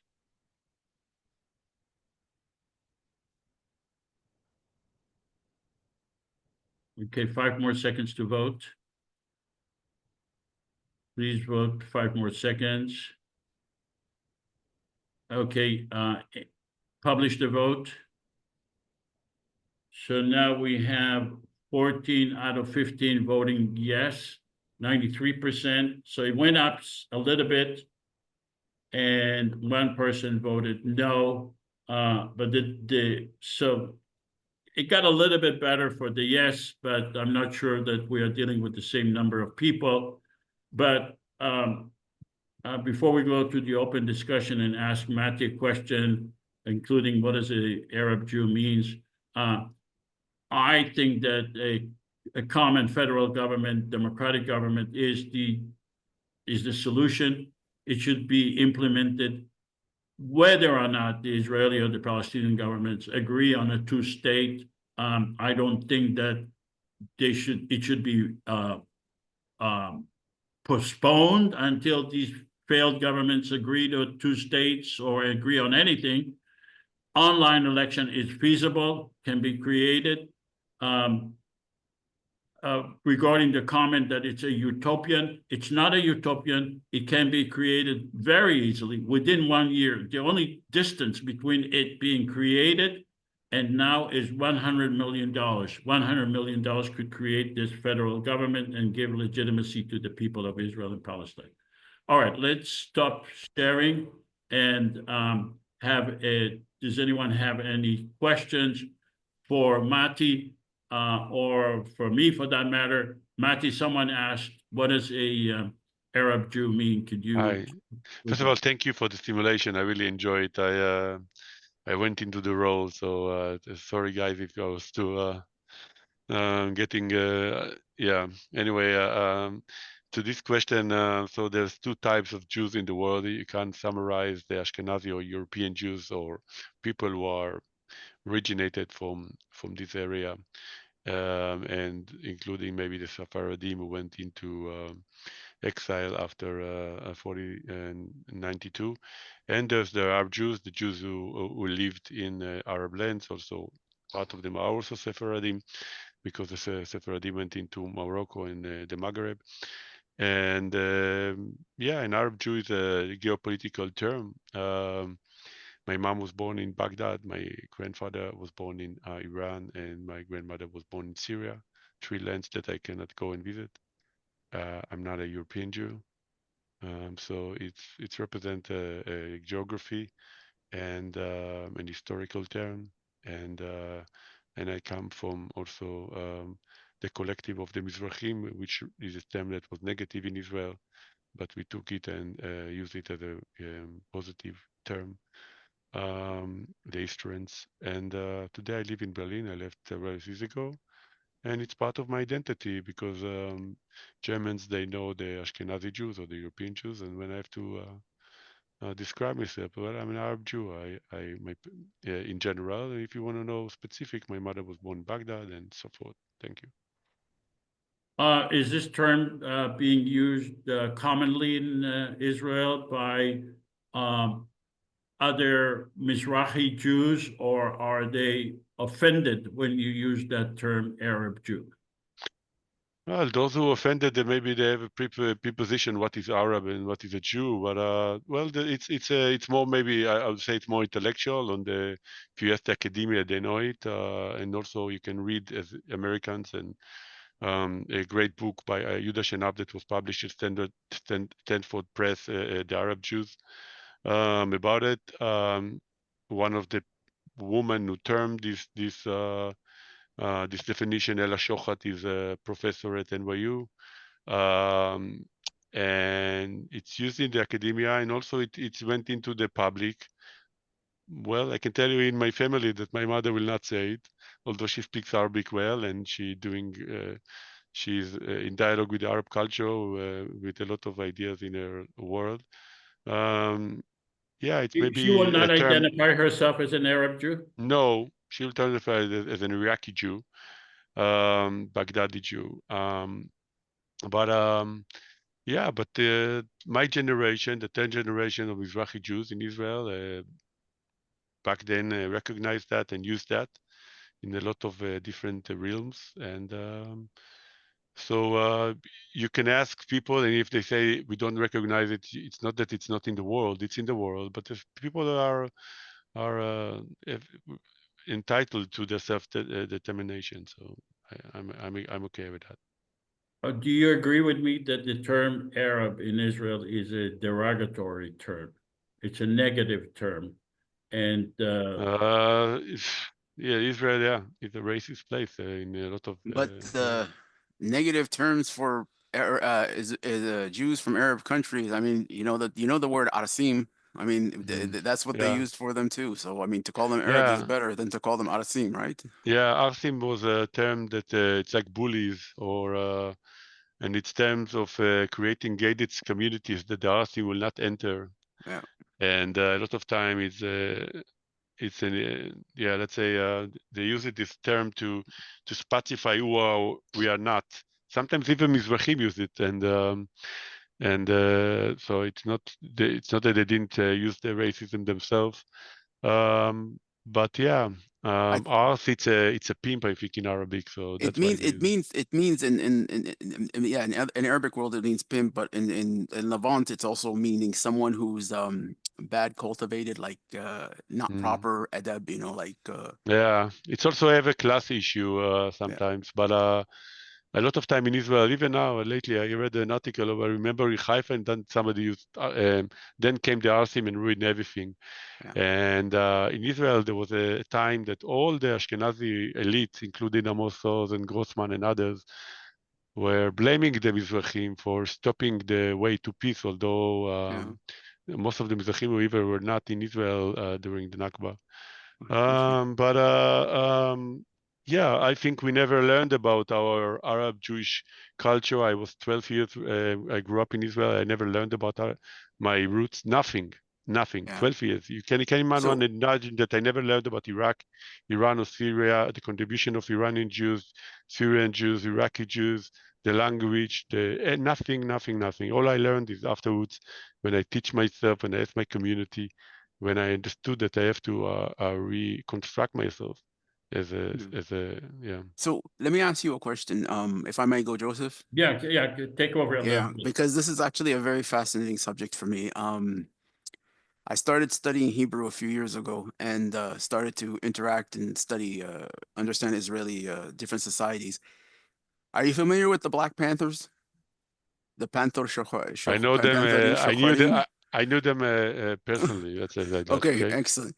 So it's interesting because the Black Panthers, for many of you here, it was inspired by the American Black Panthers, and basically it was a sort of 70s revolutionary movement in Israel that kind of mimicked the Black Panthers of America, and it was based on Jews with Arab identity. And some other ideas were actually pretty progressive in the terms of I believe their founder, I can't remember his name, Mati, one of the founders.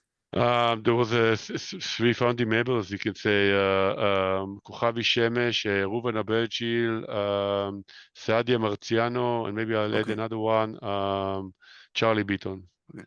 But it was interesting because I believe one of them actually was like into right of return to Palestinians and equality, and I mean much more if I'm not mistaken. But my point is that many people think that had it not been for like the Arabs reaching out better to their Jewish citizens and their Jewish people in the region, that the relationship would have been better. It wouldn't have been, because sometimes today Mizrahi Jews are actually more racist toward Palestinians than Ashkenazi Jews.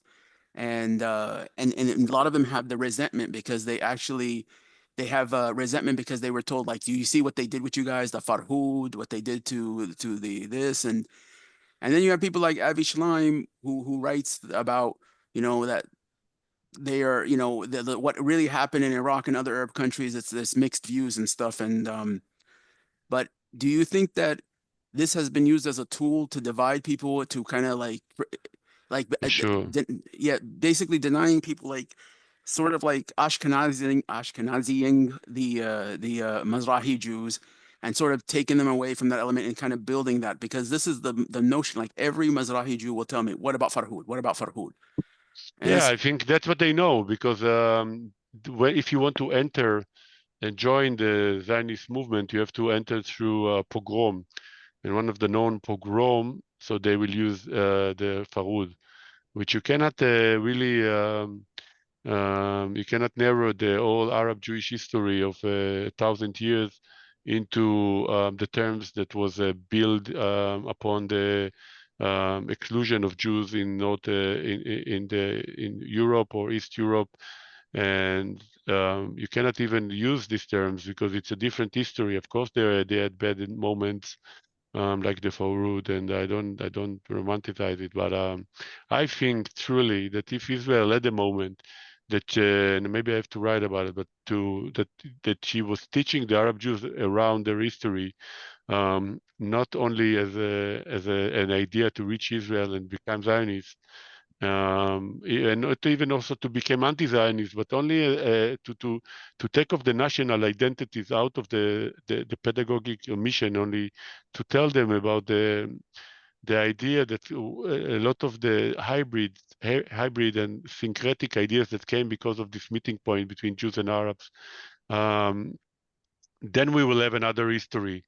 But when you have the Mizrahi being brainwashed by the pedagogical kind of Zionist pedagogical 12 years of educational system, that's why they will tell you. So we had the Farud, and most of them weren't in the Holocaust. So maybe they'll say, okay, maybe I don't know, 500 Algerian was sent to Bergen-Belsen from Algeria, but they cannot really join the European history because they're not European. And they had another colonial idea in the Arab countries. And that's why actually until today, if you look at it, the Mizrahi themselves will vote for a white European candidate. And we never had a Mizrahi candidate that was appealing not only for the Ashkenazi people, we didn't discuss their racism until now, which they are racist, and to appeal to their own people. That their own people will believe that they can have it. So like the black people will, it took them years not to like, I don't know, to have their own people in music. And they were still going, I don't know, for Elvis or White Mask, although they have a black body. And this is the kind of like a story that goes well until today. And it's sad, but yeah, what can I do? Mati, I tried to empower the Mizrahi people when I was there, and I still do it today. I'm still a part of the Mizrahi movement, still in dialogue with them. But what is this Farud you're talking about? So the neo-Nazis, not neo-Nazis, the pro-Nazis powers were lynching the Jews in 41 because the British, they didn't enter the town, and they had a moment that they a vacuum, and they 150 people were Jews was dead, massacred, and they had the vandalism of their property, and we're talking about that on the start of the 20th century, Jews saw themselves as the modern Iraq, and there were first writers in Iraq were Jews.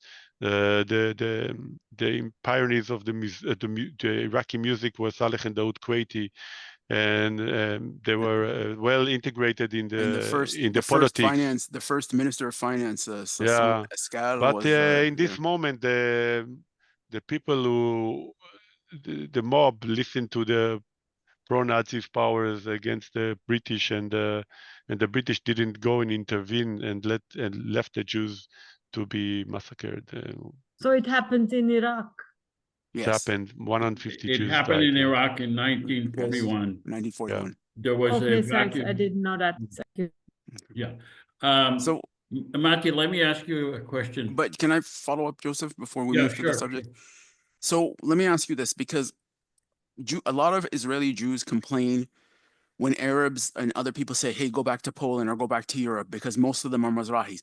But the thing is that why is there so much like confusion, like even among Palestinians? They say, oh, these are Europeans, they're Europeans, when we know for a fact most Israelis are actually of Middle East origins.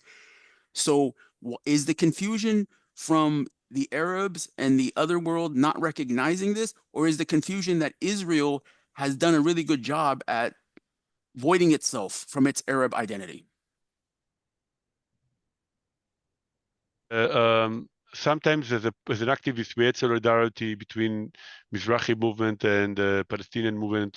For instance, we went once to with Adala, the Mizrahi Democratic Rainbow, for a petition for the higher court, or even the petition against the national law by Adala and other Palestinian organizations inside of Israel was followed also by a petition from the Mizrahi activists against the national law, that it's from the Arab point of view of the Arab Jews, that it's not that it's it disgraces the language and our it's in the language and the culture is part of our identity for thousands of years. And today, from this movement that appealed, we have a collective that is very radical but small, called the Mizrahi Civic Collective, which is doing great work also about Palestinians and solidarity and hearing the voices.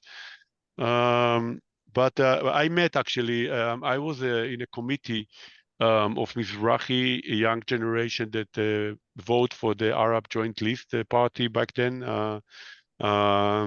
before the Muslims went out and created their own party, Ram. And we met with them in the Knesset, and when we went out, one of my friends told me, it's the first moment they all sat together, because they're all fighting between themselves.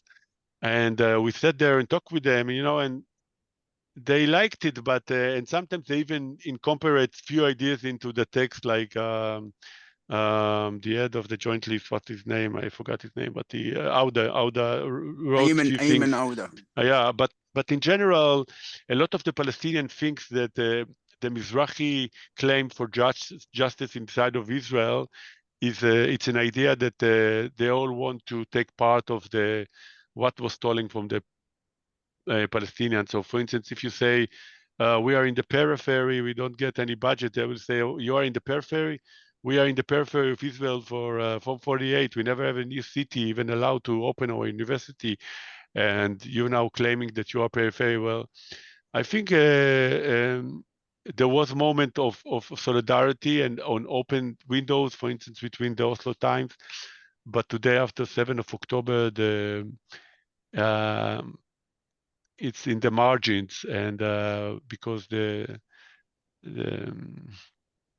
pain is so bigger within the Palestinian camp. It's not about now recognizing the Mizrahi. It's about war crimes that created for the old Palestinian people, and the Mizrahis who were in Israel were part of the government, so they see them as part of the oppressor and the people who didn't stand up. Although I think those who know politics know that there's few lights in different realms that stood up and said, like Orly Noy, for instance, who write for 972 and the local call, or others who are doing great work of supporting Sapir Slutskan Amran and the Civic Mizrahi Collective and others who even in the darkness are lights towards Mati, Mizrahi Palestinian solidarity.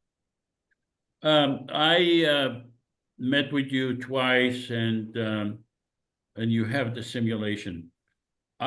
What are your thoughts? What were your thoughts before the simulation, and what are your thoughts after the simulation? Yeah, it's really important for that, because I think I was kind of naive, because I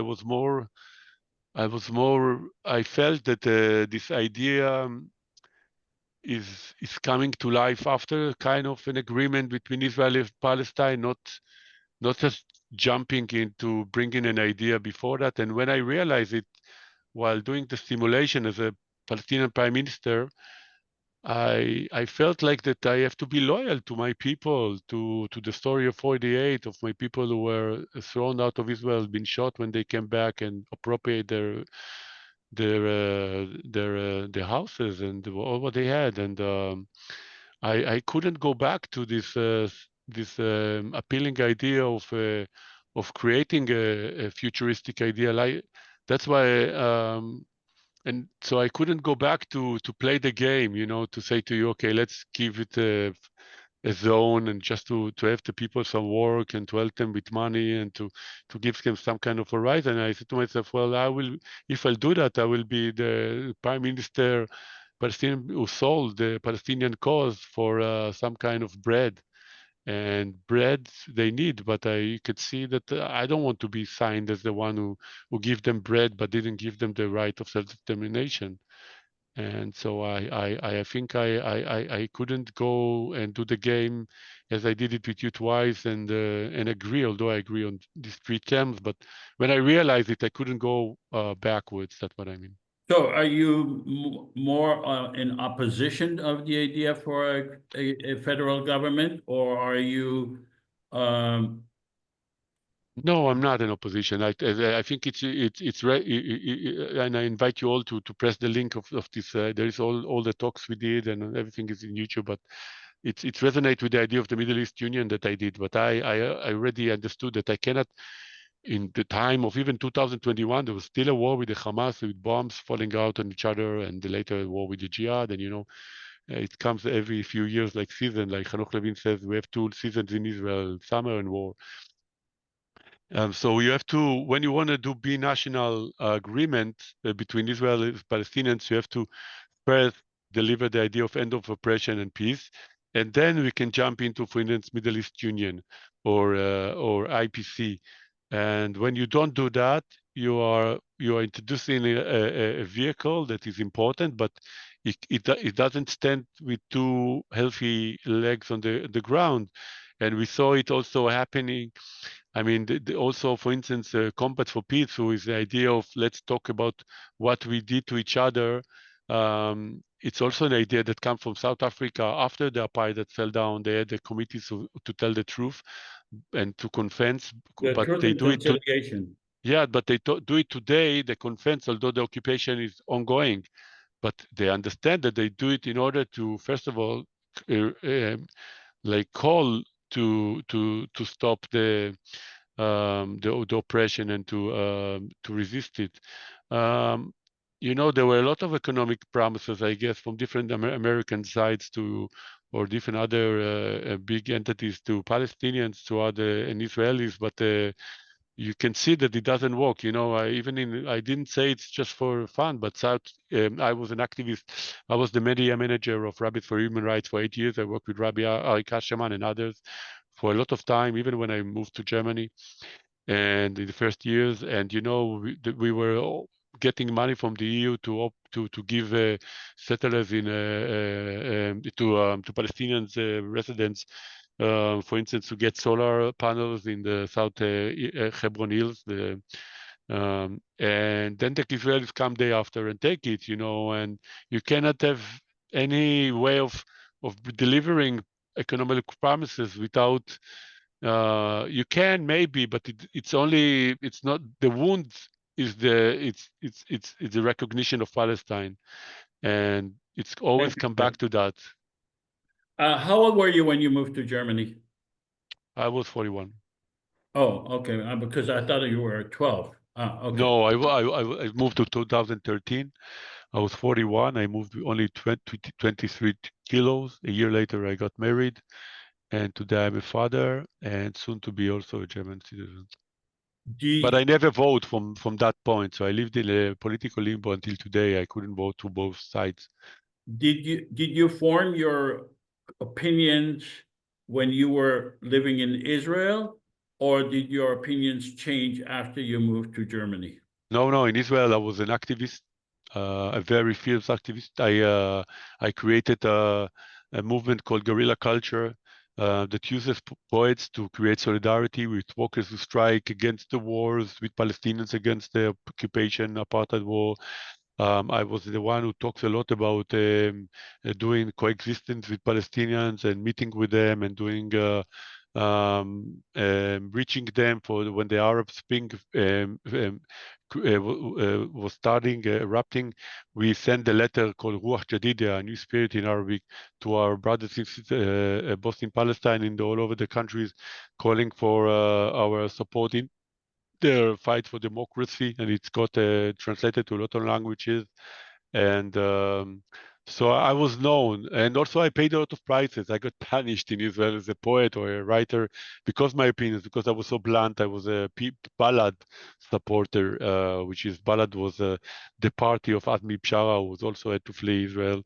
not because he did something wrong, only because he talked about a one-state solution for all the people who live between the river and the sea. He lives in Qatar until today, and I was for his government, for his party. I wasn't, although I was writing for Israel Hayom, so I was influential, but not. I didn't compromise on my ideas. Israel Hayom is a very right-wing paper that was established by Sheldon Edelson. Edelson. You wrote for that paper? Yeah, I had a lefty column as much as I could, you know, the thing that I could and some that I couldn't. So are you you favor a two-state solution? That's your Well, I'm not you know, I favor I'm not a policymaker, so it's hard for me to. I know this the idea of state solution went so far away from reality.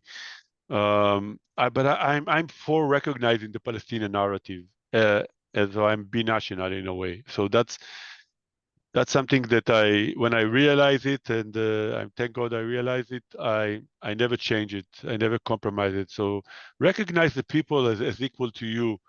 Ignoring the militants on both sides, ignoring the when you recognize the Palestinians as your brothers and sisters, as people who share with you the land, that's the moment when you can also listen to them. And if you listen to them, you can reach an agreement.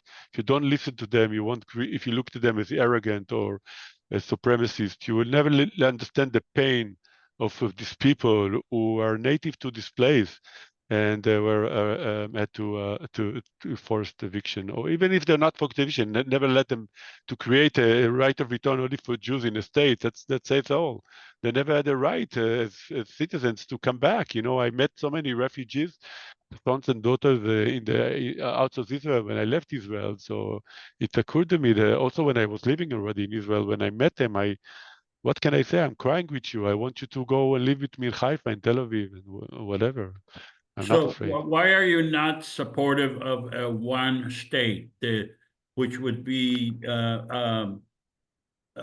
dismantling the Israeli government, dismantling the Palestinian government, and having one government for everyone that would be in a democracy? Do you support? I'm afraid from this idea, dismantling even this word.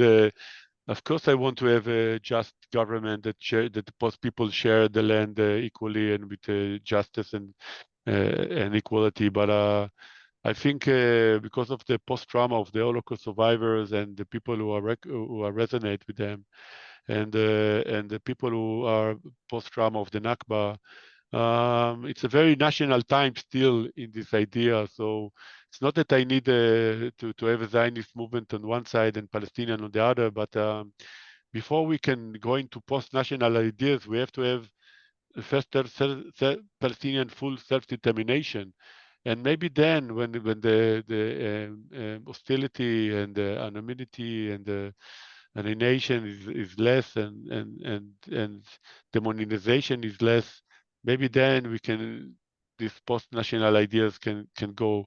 Maybe if there will be, I don't know, a disaster. I don't want to have disaster. Something will happen, or if there will be, I don't know, a worldwide boycott like they had in South Africa, and then we have de Klerk, aka Netanyahu, calling Mandela, Barghouti, and they meet and they jump into election in all the area in a confederation. Maybe we can see this moment of that breaking moment that all the categories went away and we have to recognize a new government. But before that, we cannot just force it.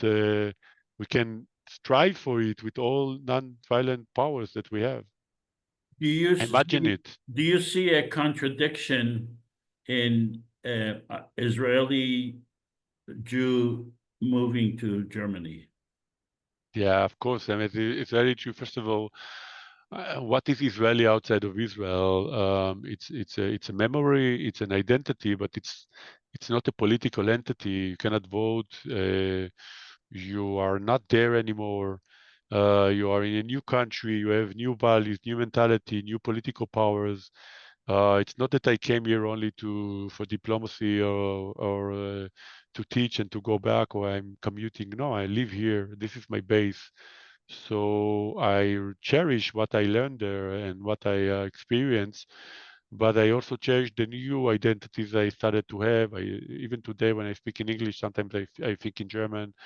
I accept a lot of what happening here and the new syncretic ideas. For instance, I wrote last year a book that is multilingual and it's going to be published next year. And it's mostly German, English, Arabic, and Hebrew. And so this is kind of a new reality. I think in Israel, for instance, we have only one language in a way. We have Hebrew and maybe English because of the internet. But when the Jews went out of Israel, they have always three languages. We have, for instance, here English, German, and Hebrew. A lot of things change, but first and foremost, as an activist, I changed my idea. I couldn't really talk with Germans because it took time until I mastered the German, and I couldn't, and until today, I cannot vote even, and I couldn't be part of that place. For instance, I got fired from Israel, and once I left, I couldn't write the columns anymore. I couldn't write my column, couldn't write open ads. So And you have why did you move to Germany? There is positive and negative. The positive is because they invited me as a poet, and I experienced something new that I want to have as a poet, as an artist, to have a new horizons that I never, a new language that I felt that it's happening, but I couldn't understand it well, and I wanted to be part of it. Negative is that I was tired. I had a burnout. It took me time to understand. I had not only that I had trauma while doing the army service of 3 years and a day, refusing to do reserve. After being an activist for more than 10 years, I had a burnout. I couldn't do it anymore. And there was a 2012 or 13, I don't remember, but there were bombs falling on Israel. I was in south of Tel Aviv, and I heard the bomb, and I didn't have a shelter even in south of Tel Aviv. And I said to my ex-girlfriend back then, I said to her, we cannot stay in anymore. This crazy place, the people will go to work tomorrow. I cannot do it anymore. And so when I couldn't I didn't understand that there's a chance to leave. So once they invited me, I said, oh, there is a place to go through. It was still cheap. It's still accepting you I got a visa for 2 years to expand my German abilities. And so an artist, I had a chance to live in a cheap city that accept me as an artist and have a fresh start outside of the boxes of Israel, pro-Palestinian, Mizrahi, and all this stuff that also sometimes threw you into jail of political identity. Do you see Israel surviving as a Jewish state, as a Zionist state, or do you think it's going to collapse as a Zionist Jewish state? Yeah, it will collapse. It's not sustainable. We see it. Even Netanyahu will fall down. You know who is waiting on the other side. Do you think it will collapse because of the Israeli-Palestinian conflict, or is it going to collapse because of internally not being able to maintain itself as a Jewish state, as a democracy, or both? I'm not a Marxist, so I don't know what will happen in the future. I can talk about what's happening now. I'm not sure it will collapse. It can take a long time. We can see other dysfunctional societies that the colonialism never ends, and the people are stuck in between, and they only experience trial and tribulations. You can look at I don't know, Zimbabwe or other places where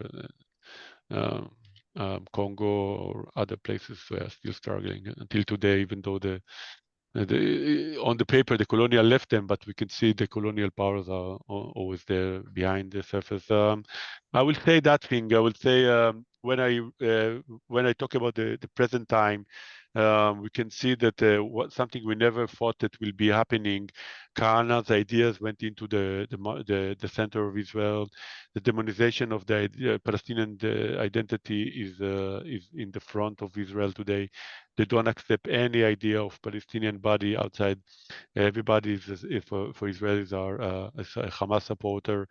they don't understand they see themselves as only as the victim, and the powers that waiting to take after the fall of Netanyahu, which did this thing is kind of we all know that his clock is ticking because of the trials and the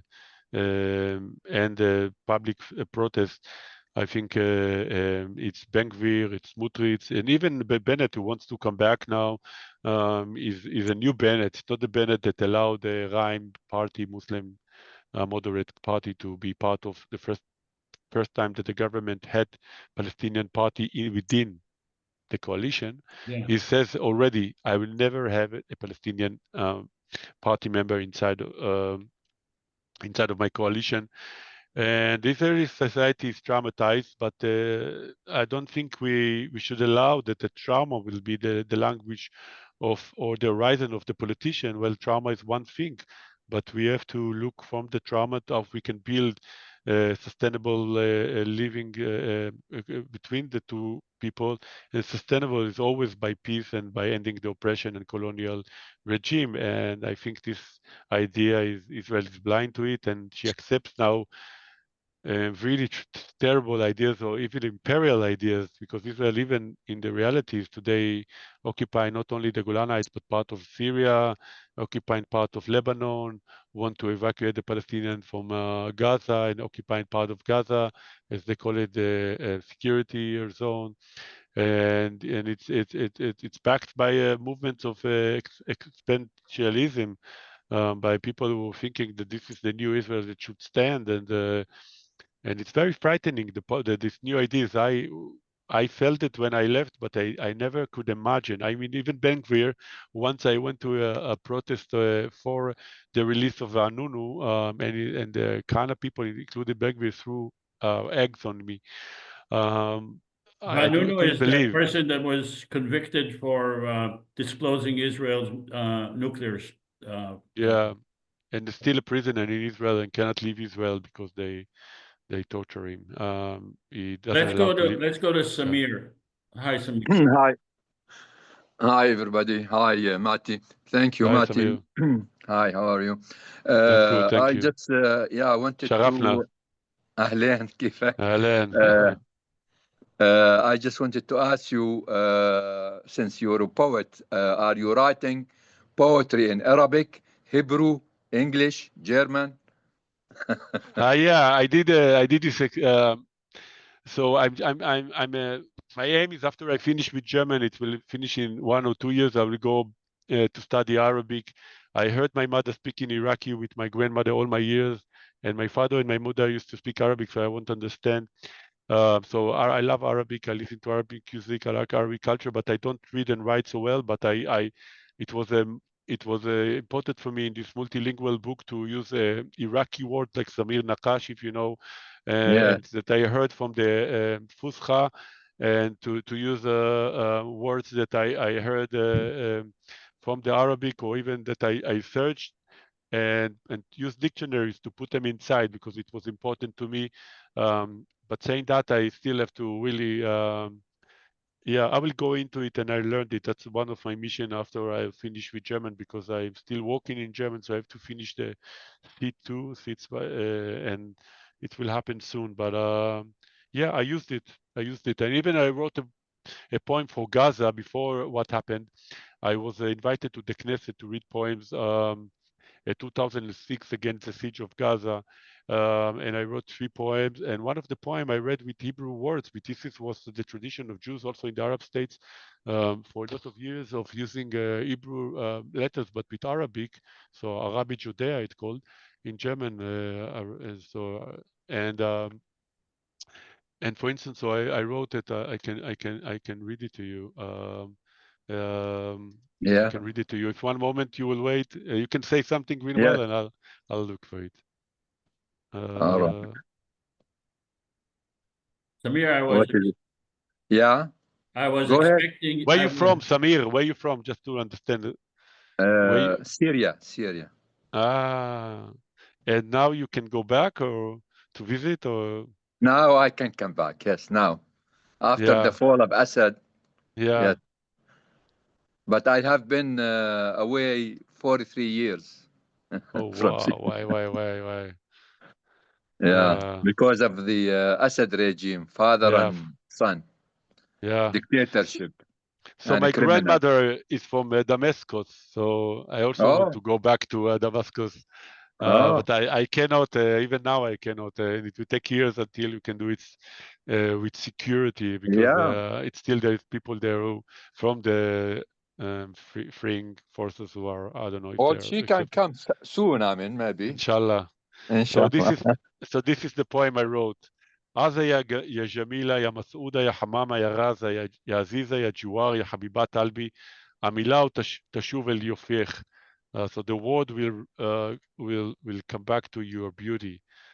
So I wrote it with Hebrew letters. Yeah. So what can I say? I believe, I see it. I believe it in my, even after 7th of October, a lot of people say, oh, that's it. I don't believe it anymore. I'm going, there's nobody, not in our lifetime. But I said, no, even after 7th of October, our mission, our mandatory mission is to speak. And even in especially the diaspora, after the October. especially, and here in the diaspora, it's double the power, because we are sitting outside of Israel and we're meeting, and not to bring back these ideas that made us go into pieces, and how do you call it? לחלק אותנו, that divide us. Divine, yeah. Well, I have the experience in writing poetry in Arabic and in English. And I was elected the president of the Arab American Press Guild. Amazing. For the last 30 years. I mean, I have been in and out. I mean, president. I mean, not all the time, not as a dictator. Yeah. But we used to have for the last 30 years, every year, Arab Poetry Festival. And we have all the Arab poets like in Los Angeles. And we have that festival every year. And the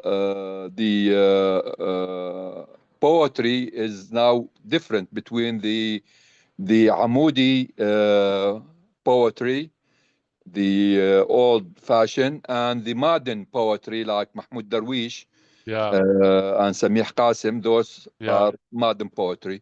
So I kind of lean to the modern poetry. So and that was easier for me to transfer from English to Arabic to write poetry in the modern way. So modern poetry in English is similar to the modern poetry in Arabic. So that's maybe you should look into it for yourself if you think about doing Arab poetry. The modern Arab poetry is easier than the Amudi. I understand what you're talking. We had it also in Hebrew, the breaking of the forms, and to write without mishkalim, without the structures of the words. You have to write it in from the Greek until today. You have to write in structures. Yeah, I understand what you're saying. Thank you. It's a good tip. We're going to close. Okay, I just wanted to add something that's political. Since you were part of Azmi Bshara, which I know, I met a couple of times in Los Angeles, and I know about the Balad Party, and you were part of it. So you believe then in the one-state solution in a way for Israel to copy what the pre-1967 experiment, like, I mean, what they did prior to that, they had the one democratic state, they call it proper Israel, but it is supposedly a democratic state. The Palestinians have equal rights. So for you and also Azmi Bshara and all the Palestinians living in Israel, I believe that they believe in one-state solution and equality. And in a way, right now, It is for Israel just to annex the West Bank and Gaza Strip and made it into one state with equal rights and one man, one vote, and that will end the conflict. So do you see that happening right now in Israel? Yeah, it's I think the disparity is really big today, and maybe people, as I told Joseph, people maybe will vote for the ICP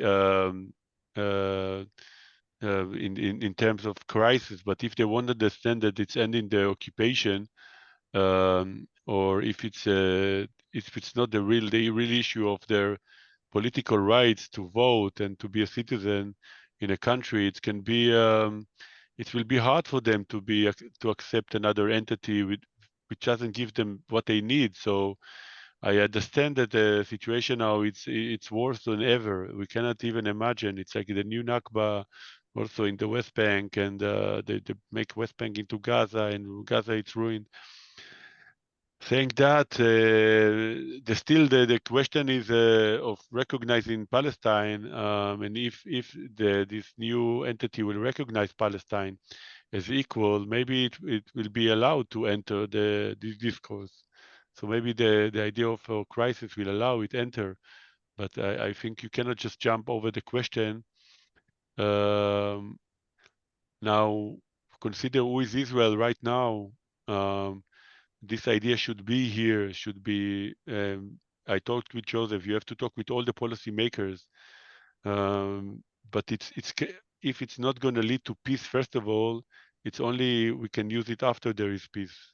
So this is my answer, but thank you, Yeah, Samir. you mean after Okay, Yeah. Fumiko, go ahead, ceasefire Fumiko. completed? Yeah. Yeah. Okay. Sounds good. Thank you. Thank Fumiko, you. go ahead. Fumiko, you need to unmute.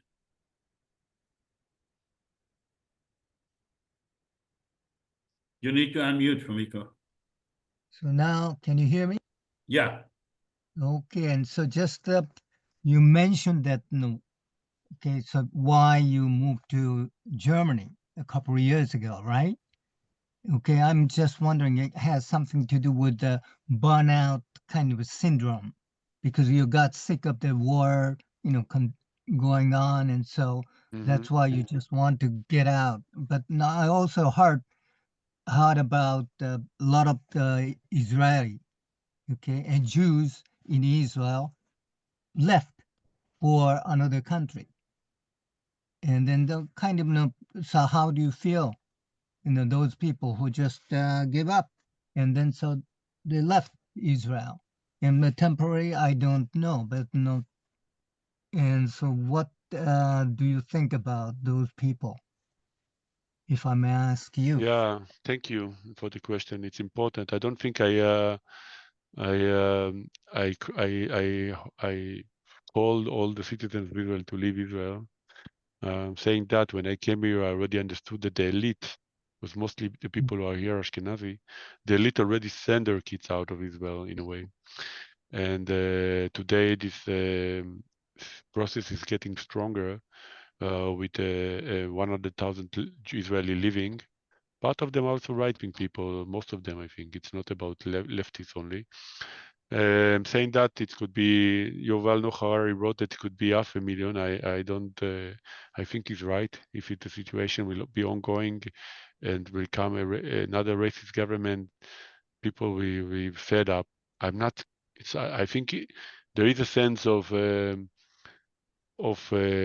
using the living of Israel as a tool to try to change Israel, although it's not political, because we cannot vote from here in the direct idea, but it's, of course, it put a threat on Israel because of the brain, kind of like they already call it the brain is leaving us, the more educated people, because of course when you leave the country you have to have resources, friends, networks, language, skills, work, and then you don't have it in your home. People, I left as an individual. There was a kind of bit of a wave of more political, very radical political people who were living in 2011 after the failure of the protest movement in Israel that brought millions to the street back then already. And I was one of them. I don't ignore it. I think the solution will be in the end with the people who live there, and I think the diaspora is always as a tool to mirror the horizon that people who are dissolving the conflicts maybe don't see. Saying that, I think, yeah, yeah, I still see myself as it's important to me what's happening there. I write about it. I try to always bring this binational idea of pro-Palestinian and pro-Jewish, and not to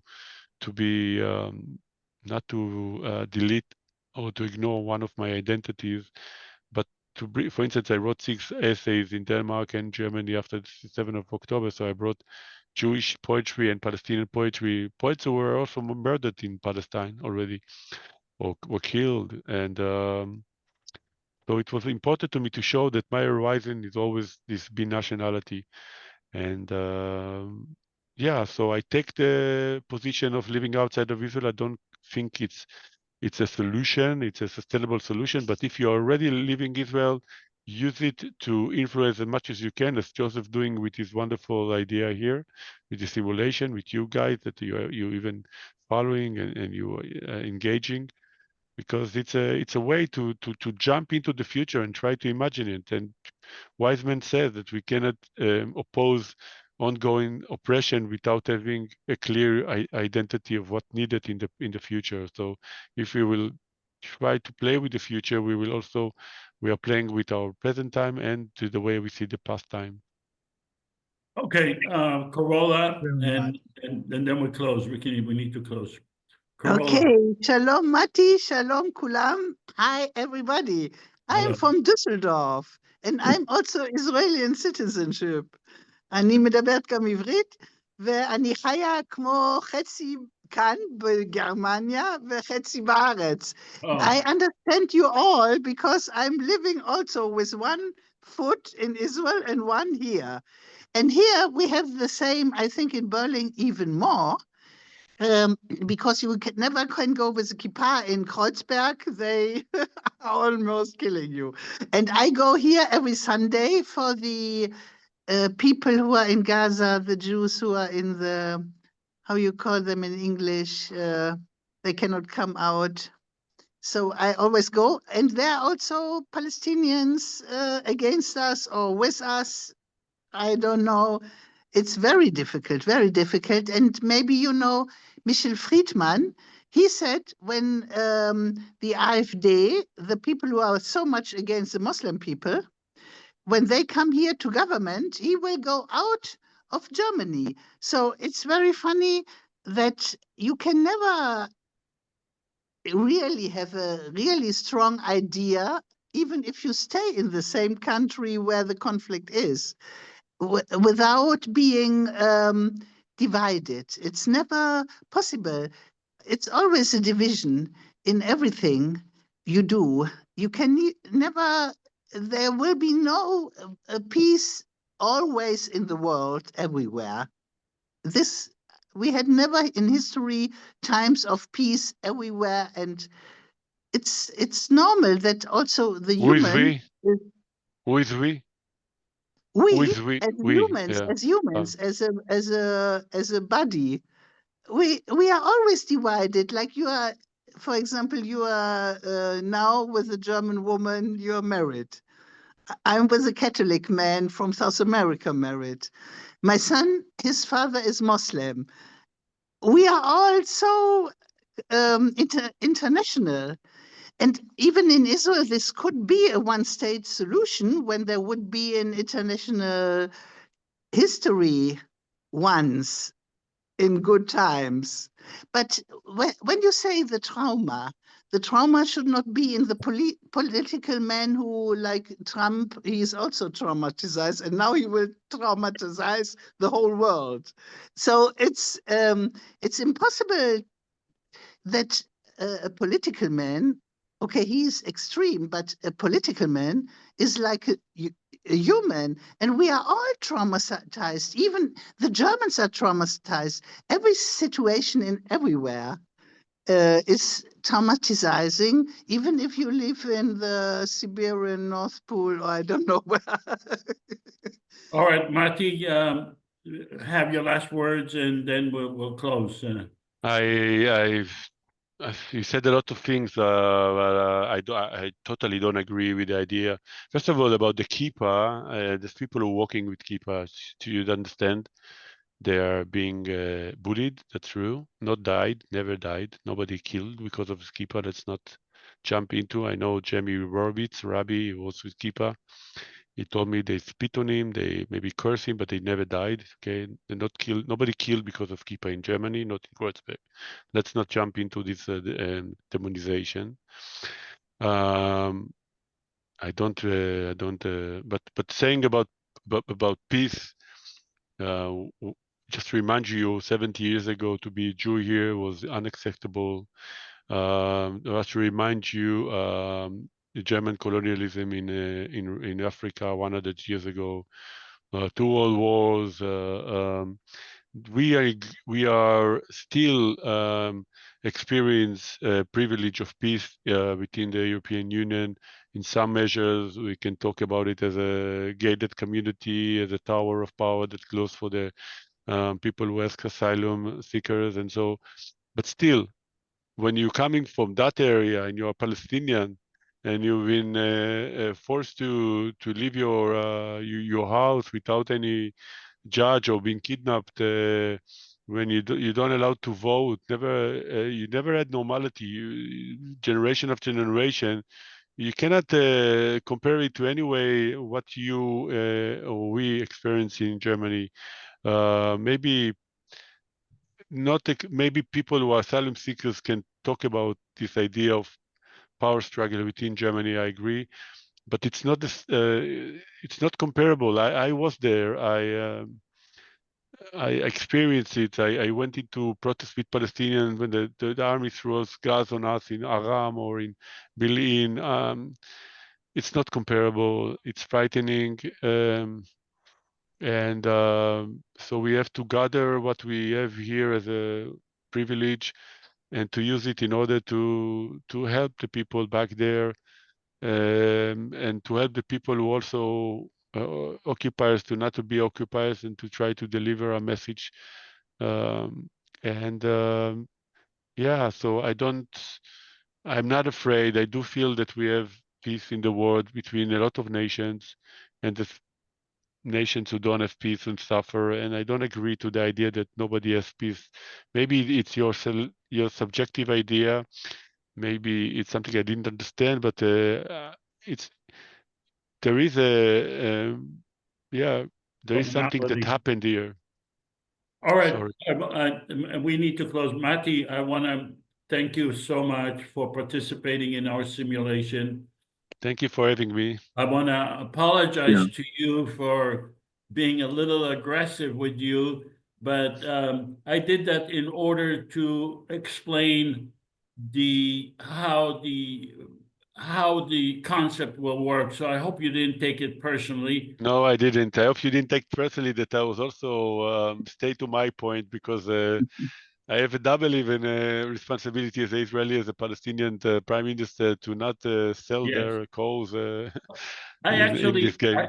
I actually appreciate that, because it made the issues of the federal government that we are proposing, it made the issues clear, and it made the concept clear as it would be, in my opinion, eventually developed and evolve in the future. And the way you stood and the way I stood and the interaction between us made the concept clear, I think, for everyone to understand what are we dealing with when we are proposing a common federal government for the people of Israel and Palestine. So I really appreciate that. Thank you so much for participating. Thank you so much, Joseph, for approaching me and inviting You me. Thank you elevated all. the conversation, and thank you for your generosity, and Thank you. you all. And hope to see you in the next simulation. Thank you very much. Okay. Thank Bye-bye. you. Thank you. Bye.